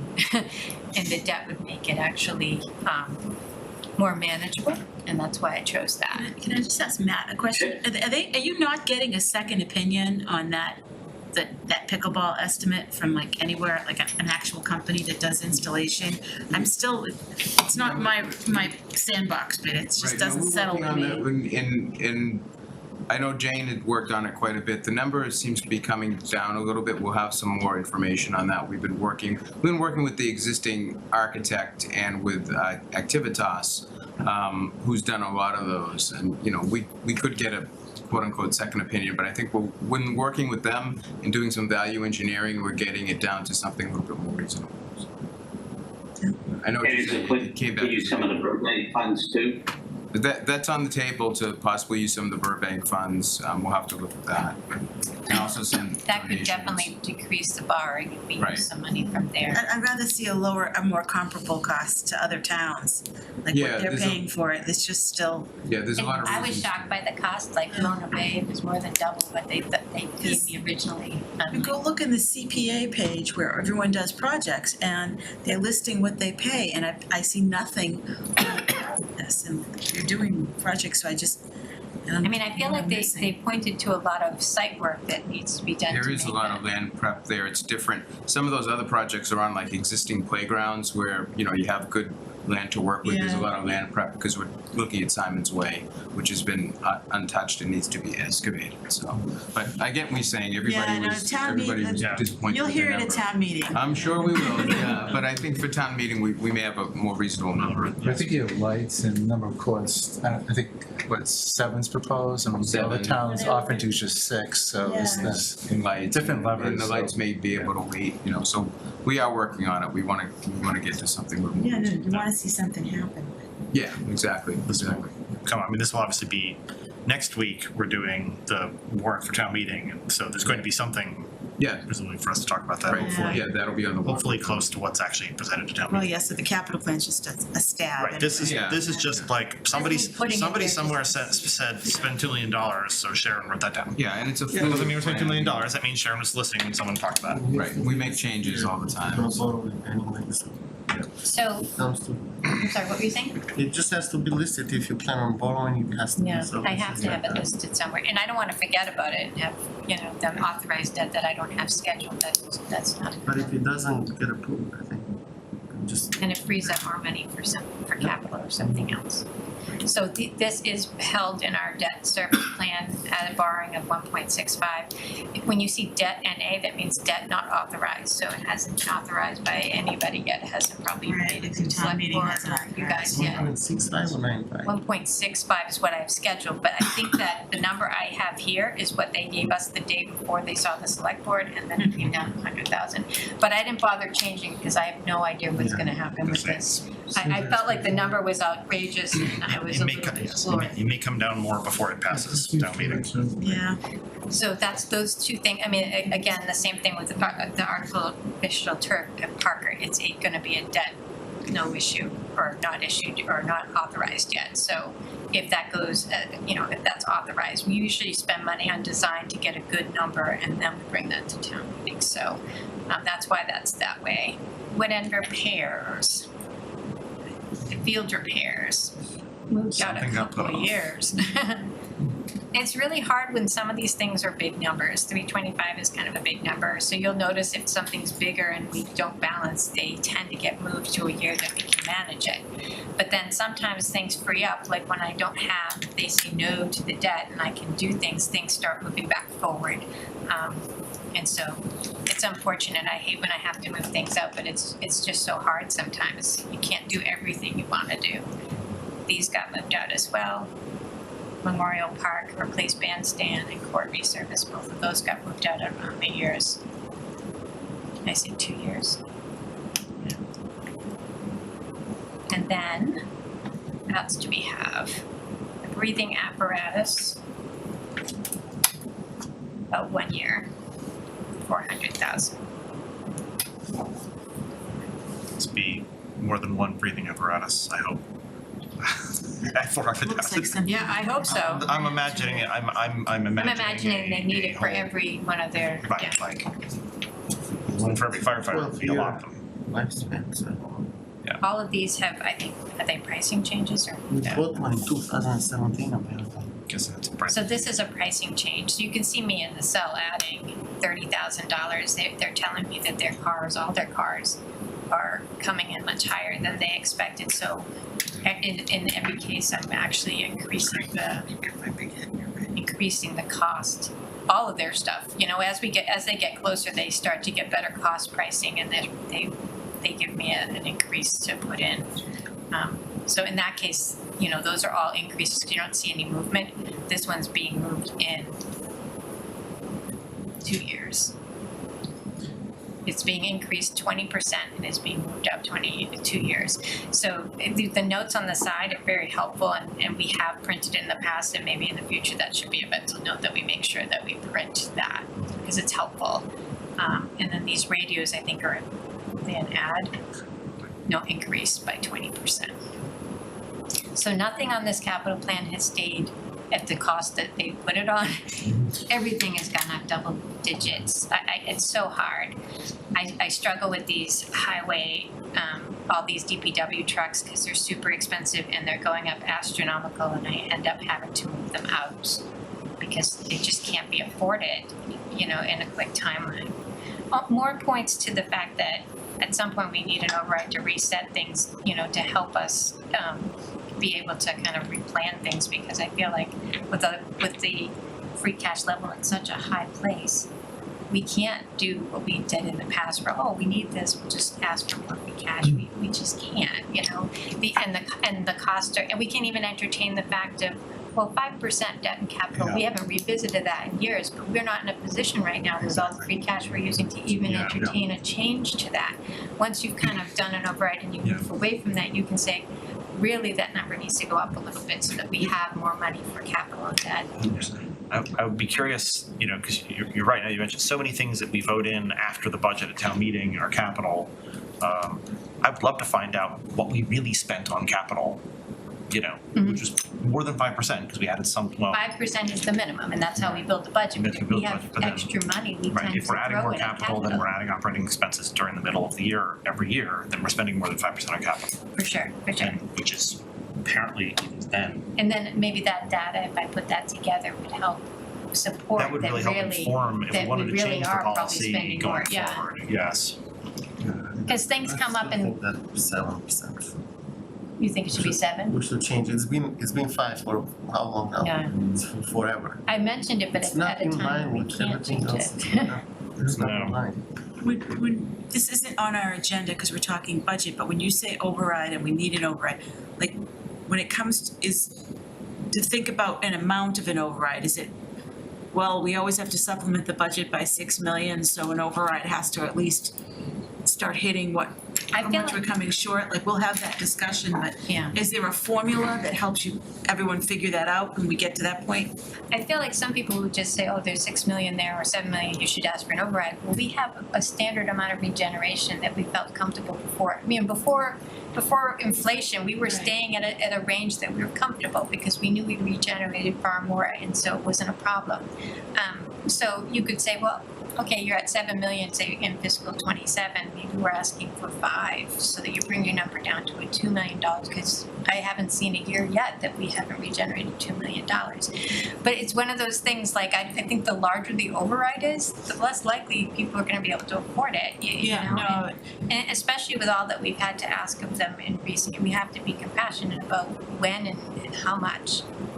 And I feel like a smaller number could make things a whole lot better. Just get us back to normal levels of free cash, really. Right, I just didn't know if there was like an There's no, amount. everybody approaches There's no it differently. formula. Yeah. When you see the numbers that are in other towns that aren't passing and you're like, well, are they getting no regeneration? How did they come up with 14 million or 10 million or something, which feel. I mean, that was one of the reasons why I was asking the staffing questions today, because that was a source of part of the regeneration. If we had positions open that took a time to fill, then there was a piece of that came back. The fact that we are where we are and fully staffed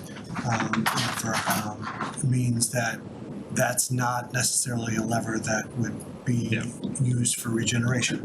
And so, I think it's incumbent upon us to be able to try to be able to project and forecast, as best we can, but knowing, the levers for regeneration that we've had in the past, if some of them are just not there, that lends itself to, kind of another component as far as what you would want to project for something that you need to do for a budget size. I want to interject a little point of order. If that were actually off topic, I would cut you off because we're not supposed to talk about things that are our business but not on the agenda. But I think it is because as part of the budget, we are being asked to change the amount of free cash being spent. So anything having to do with free cash projection is Right, no, absolutely because on we're topic. trying to, keep the We town. need to understand when we make the decision to say, whatever we're. And it has to get out of this room, because not every, you go look and like 3 people are watching the FinCom meeting. We don't get the attention of the select board. And that's But 3 times more than we normally get. Yeah, and I'm guessing that it may be nobody at this hour, but the public will suddenly say, hey, why didn't you tell us? And it's like, no, we've been talking about it. It's 4 people. 4 people, okay. One other thing to keep in mind is people will say to you today, I'm fully staffed. But that doesn't mean that they didn't have a position that was open for 3 months during this year. Do you know what I mean? So that doesn't necessarily mean that there's no regeneration there. That just means right now there isn't. And the other thing that we're seeing is we've got 5 or 6 retirements over in the fire department and 2 in police. Those do not happen quickly. And so you do start to see that there's a period of time where they are kind of saving money. When the fire chief goes, they're going to replace the fire chief, and then they're going to have to, if they promote from within, they're gonna have to replace that position. And then that person is starting back at 1 and their savings related to that. So that's the kind of thing that happens on a regular basis to us that helps us. I know that we had an assistant engineer, somebody that was, certified engineer that they promoted up to assistant engineer, and he left us. He's not with DPW anymore. We just promoted him because he went to be the engineer somewhere else. That sort of thing happens all the time. DPW has openings on a regular. It's Yeah, just I terrible. remember that from Jane and Chris. Yeah, you just see, well, doesn't every community have regeneration, or do we compute it differently? Like when you say. I think the way we do it is different than every community because I don't think they all do kind of what we do in terms of, I don't know that they do the accommodated costs and take that off the top before they split the money between the town and the school. And a lot of them will say, we don't use any free cash to do our operating budget. But I think we've always kind of been on the philosophy, we know we have the free cash. We don't want to be overly optimistic on the revenues and push our revenues. I know I have the free cash, and if I'm conservative about my revenues, the money's going to go back to free cash anyway. And that's always worked for us.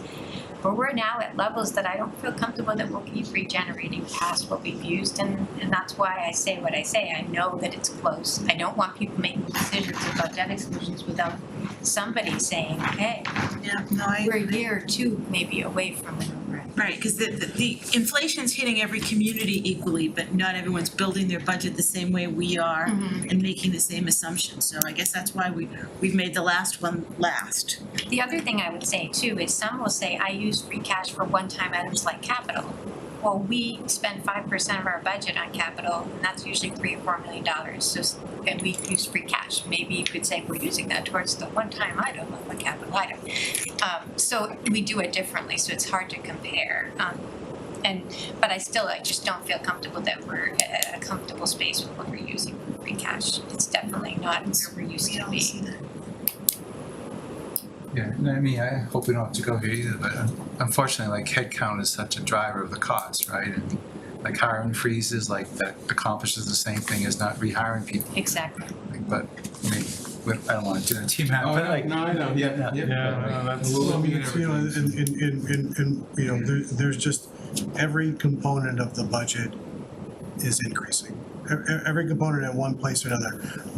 Salaries, union contracts, everything has happened, and that's outside of what we're seeing for energy, what we're seeing for negotiated contracts. These, the analogy that I've used with other people I've talked to is that, it's either one of two things. It's, you could pay the same amount of money, and say you go to the grocery store and you buy orange juice, it's, you may be spending the same amount of orange juice, but the bottle's smaller now. So, so you're just getting less for the same amount of money. That you can draw that same analogy to how, to the service that the town can provide. Well, there's things we legally have to do. We can, not put in pickleball courts, but we have to have schools, right? So there's things that we can't do less. We can. Yeah, I mean, I actually want to push back a little bit. You made the statement that everything is going up the same, but it's not. Salaries, like. No, I'm saying everything in the budget is going up, not by the same amount, but everything is going up. Right, but if revenue, I'm looking at Sharon's email where she said that, revenue increase would be 3.48% if, when you don't count the reduction due to excluded debt. So, we have an operating budget increase of 3.5%. Like, that's the same number. If everybody's salary goes up 3.5% and revenue goes up 3.5%, we're fine. The problem is all the accommodating costs going up 7, 10, 13%. Yeah. And the fire trucks going up 500%. I want to be clear about that narrative because I don't want anybody to think that we're, spoiling town staff here. But in the Like, end, there actually are controlling costs. If we went and got a Still failed override, that's where you cut people. Oh, yeah. That's what's happening in Melrose. Yeah. If you go look at their stuff, Melrose has got like $4 million shortfall in their school budget.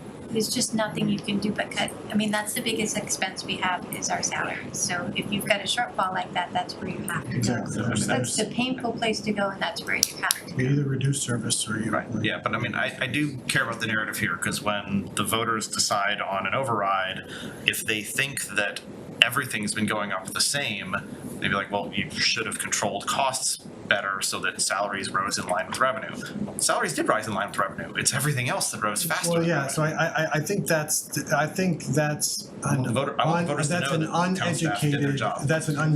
uneducated response, and it's a very simplistic response. If someone says that, they're just not paying attention. That there are so many things that are lumped into that budget, into accommodated costs that are increasing. People are feeling it. However you're feeling it, everyone's feeling it in their home. Yeah. Why would it be any different when you expand it out to a town? It's exactly the same thing. All aspects of it are going up. And as a household, you're figuring out how to either do more with less or trying to grow your pie. You're trying to increase, your salaries, the money that you bring in. A town is no different, except it's just more constrained as far as what it can do. You can't, the town can't go and get a side hustle. There's no side hustles. I'd say I'm glad that I have at some points in my life gotten raises bigger than 2.5%, and Exactly, I'm glad. and that's the constraint. And again, I don't want to appear flippant about it, by any stretch of the imagination. It's very serious, and it's a burden that's shared across the community. But it is something that one of two things has to happen. You either, we go through that process and you do modest overrides, probably a little bit more frequently, or you live with less. You put the town and the schools in a situation where they have to do less. And it's either less staff, there's less services, there's less teachers, there's less, police and fire.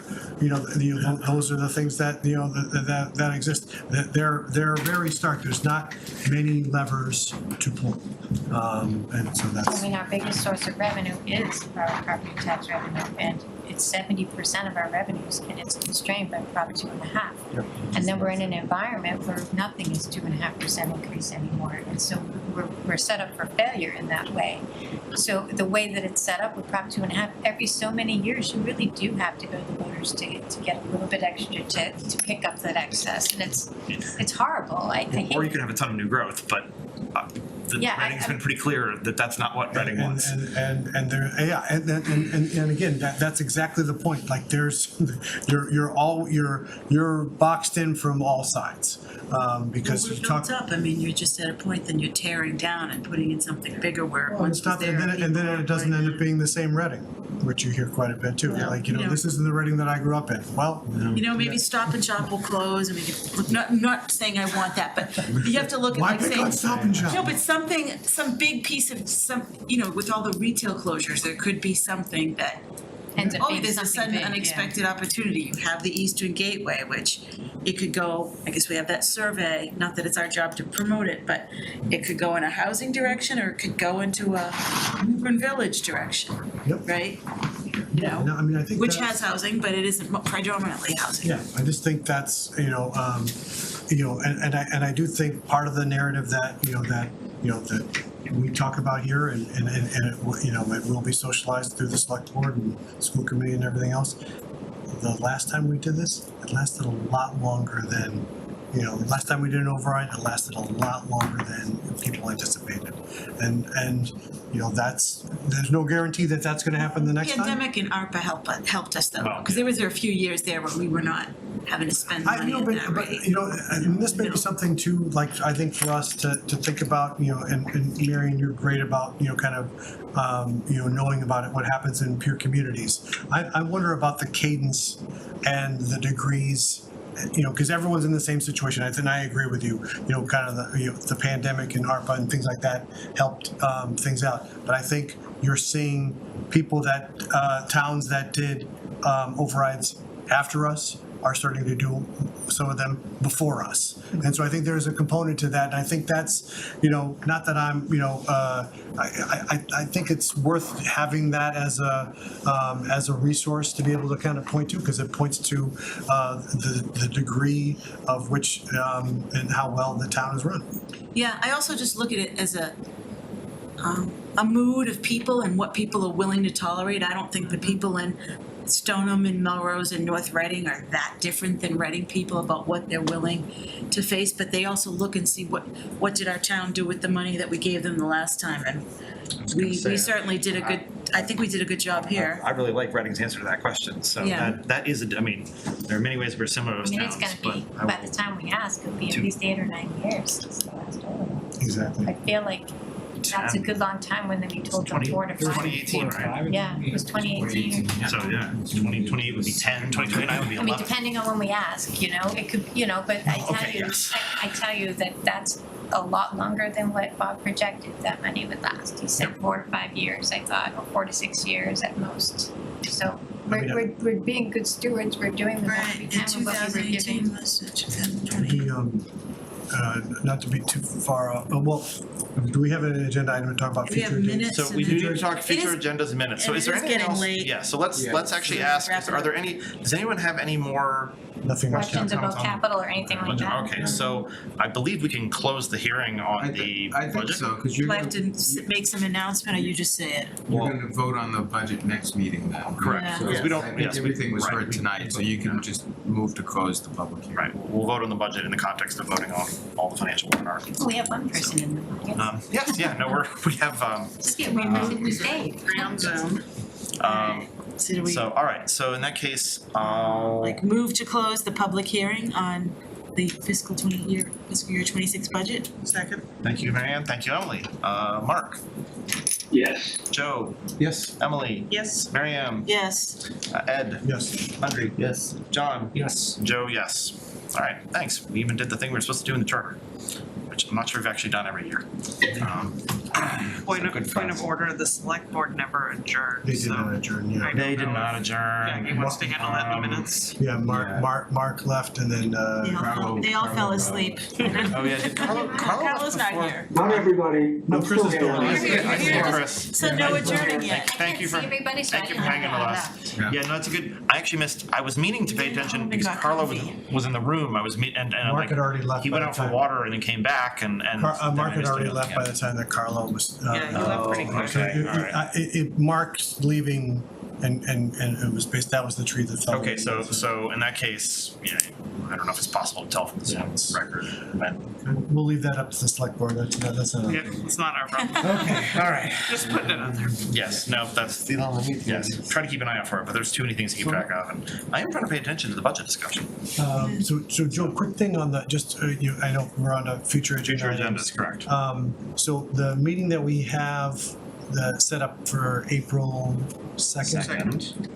Now, is it, agenda-wise, is this a FinCom meeting? Or is this, what type, are we just posted for it? We're We're posted for it, but we're not running it, It's not our meeting. Yeah, so. we're running That's it as a town just to get both projects together. So it's just projects, not override. Right, oh yeah, not override at all, it's just the projects, just to get ready for town meeting. Hopefully a lot of town meeting members will come. That's good. I just wanted to. Exactly. Trying to improve our odds of getting through the special town meeting in one night. Yeah. So people know about the. Yeah. And then can someone also just remind me what the dates of town meeting are? April 28th, And then there's a special one in the middle of it. The special, You May would wanna first be is the aware. special First town is the meeting special. where they'll hear the Yeah. projects, yeah. Or no, was it April? No, April 28th is the second. Monday, my calendar. Thursday. Wait, but it's Monday. Does it start on the 21st or 28th? No, 28th. It starts on 28th. And Yeah, then it's the 28th and First the is- 1st, I think. the first is the special town meeting. Oh boy. I just realized I have a schedule problem because I, for some reason, had that off by a week. First is the Thursday, and then if it continues, Right. And so we probably won't get to 28th, the the budget first, until and the the 5th. Okay. We could Good news is I'll be here for the 5th. Bad news is I won't be here for the 1st. So I'm gonna miss out that one. you can Yeah, we'll step up to the plate. So. Okay.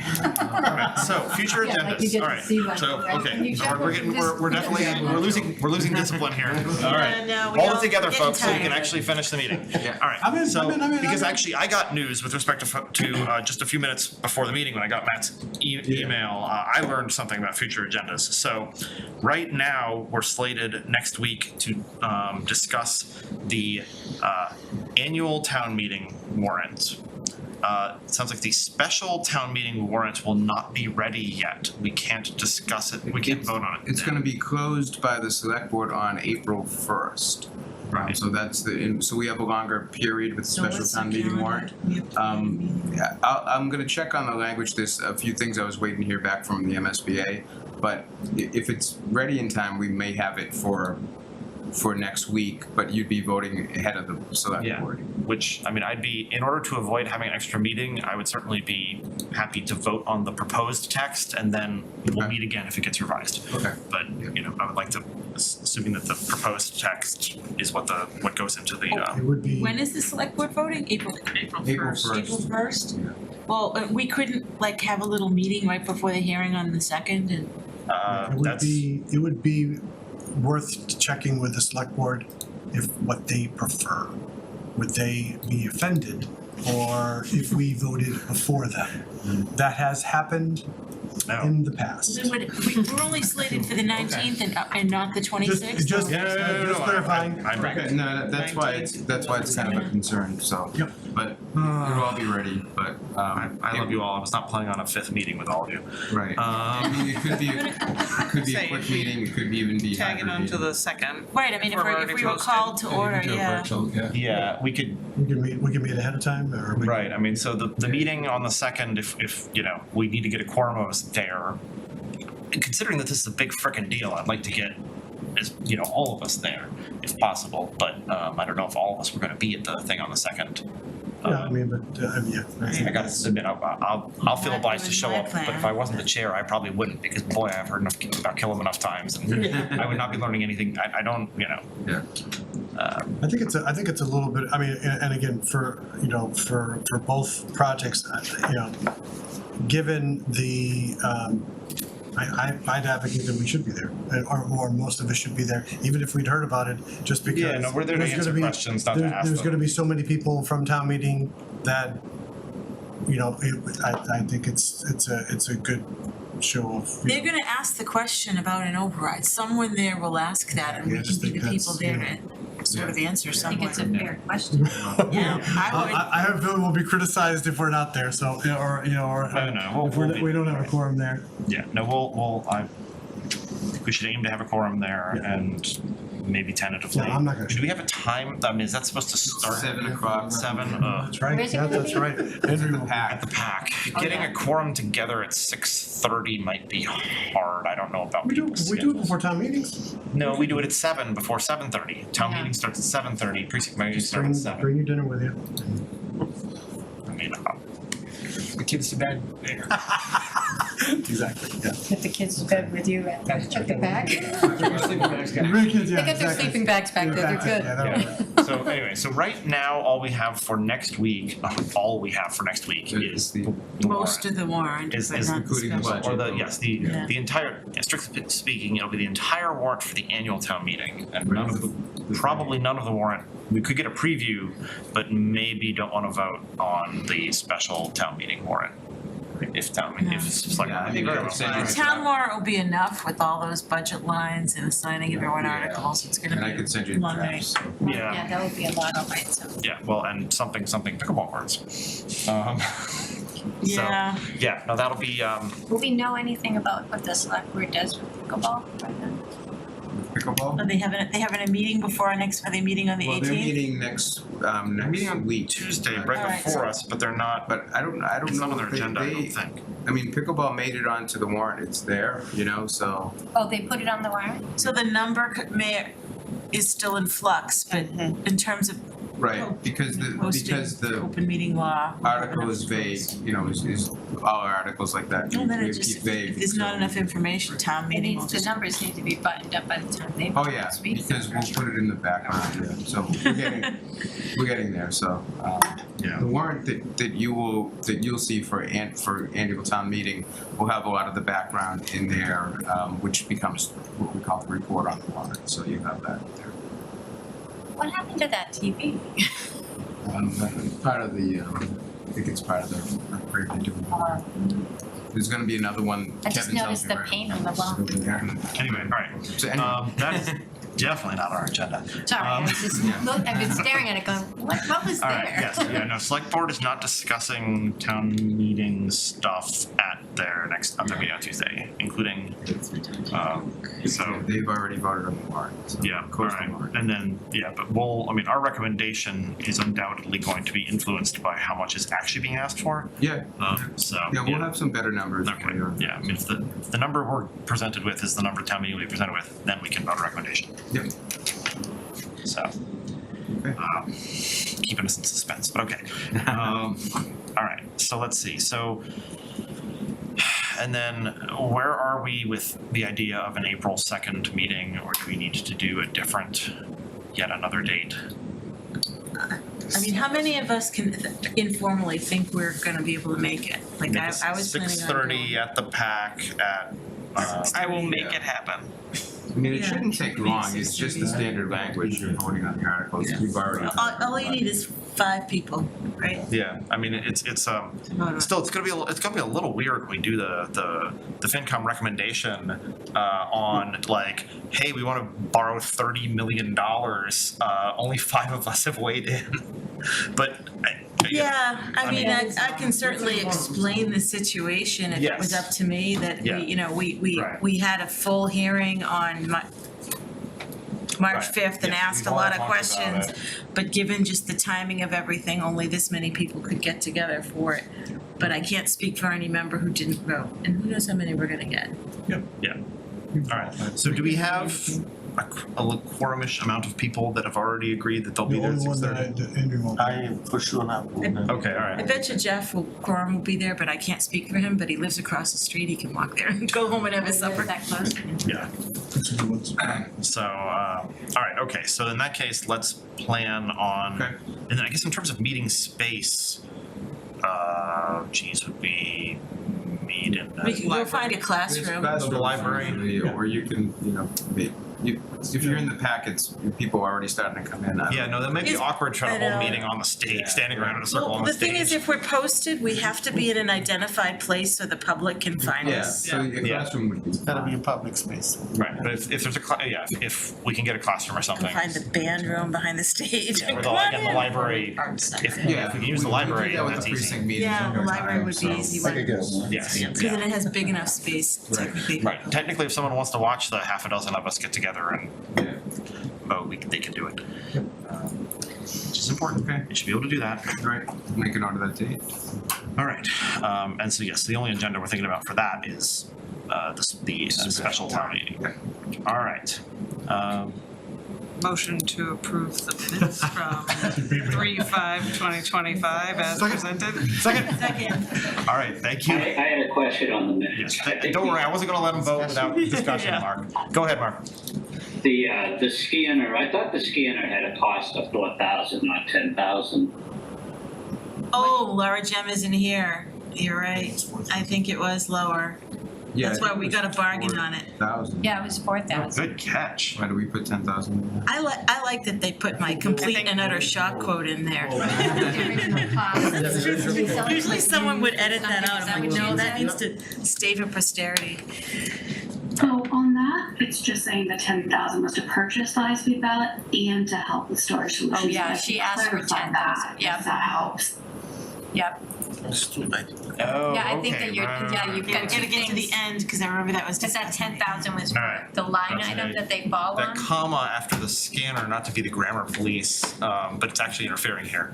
I don't think that comma is necessary, and it does make people think that the scanner is separate. Ah, scanner and to help. Yep, you got it, Mr. Grammer. I spend unreasonable amount of my time telling engineers where to put commas. Just ask Microsoft Copilot or whatever, they'll do it for you. Anyway, I use the Grammarly still. I'm sure that ChatGPT and Gemini are both better at commas than. Oh, I know, you work for Google, I can't be pushing the other. All right, in any case, all right, are there any other? So we have literally struck one comma, and I think that's it. Yeah. Did I second motion to approve the minutes as amended? Sounds good. With comma removed? All right, so I'm a little procedurally confused. Sounds like maybe. Start over, Emily. All right, the motion to approve them as Amended instead of as presented. How's that? Yes, all right, Second. all right. Thank you, Emily. Thank you, Marianne. I didn't have anything else myself. All right, let's just do this and get out of here. All right, voting to approve the minutes. Mark? Yes. Joe? Yes. Emily? Yes. Marianne? Yes. Ed? Henry? Yes. John? Yes. And Joe Carnahan, yes. Motion to adjourn. Second. Thank you, Emily. Thank you, Ed. Mark? Yes. Joe? Yes. Emily? Yep. Marianne? Yep. Ed? Yes. Henry? Yes. John? Yes. And Joe, yes. Sorry, I got confused because Henry said yes before I said his name, and I was like.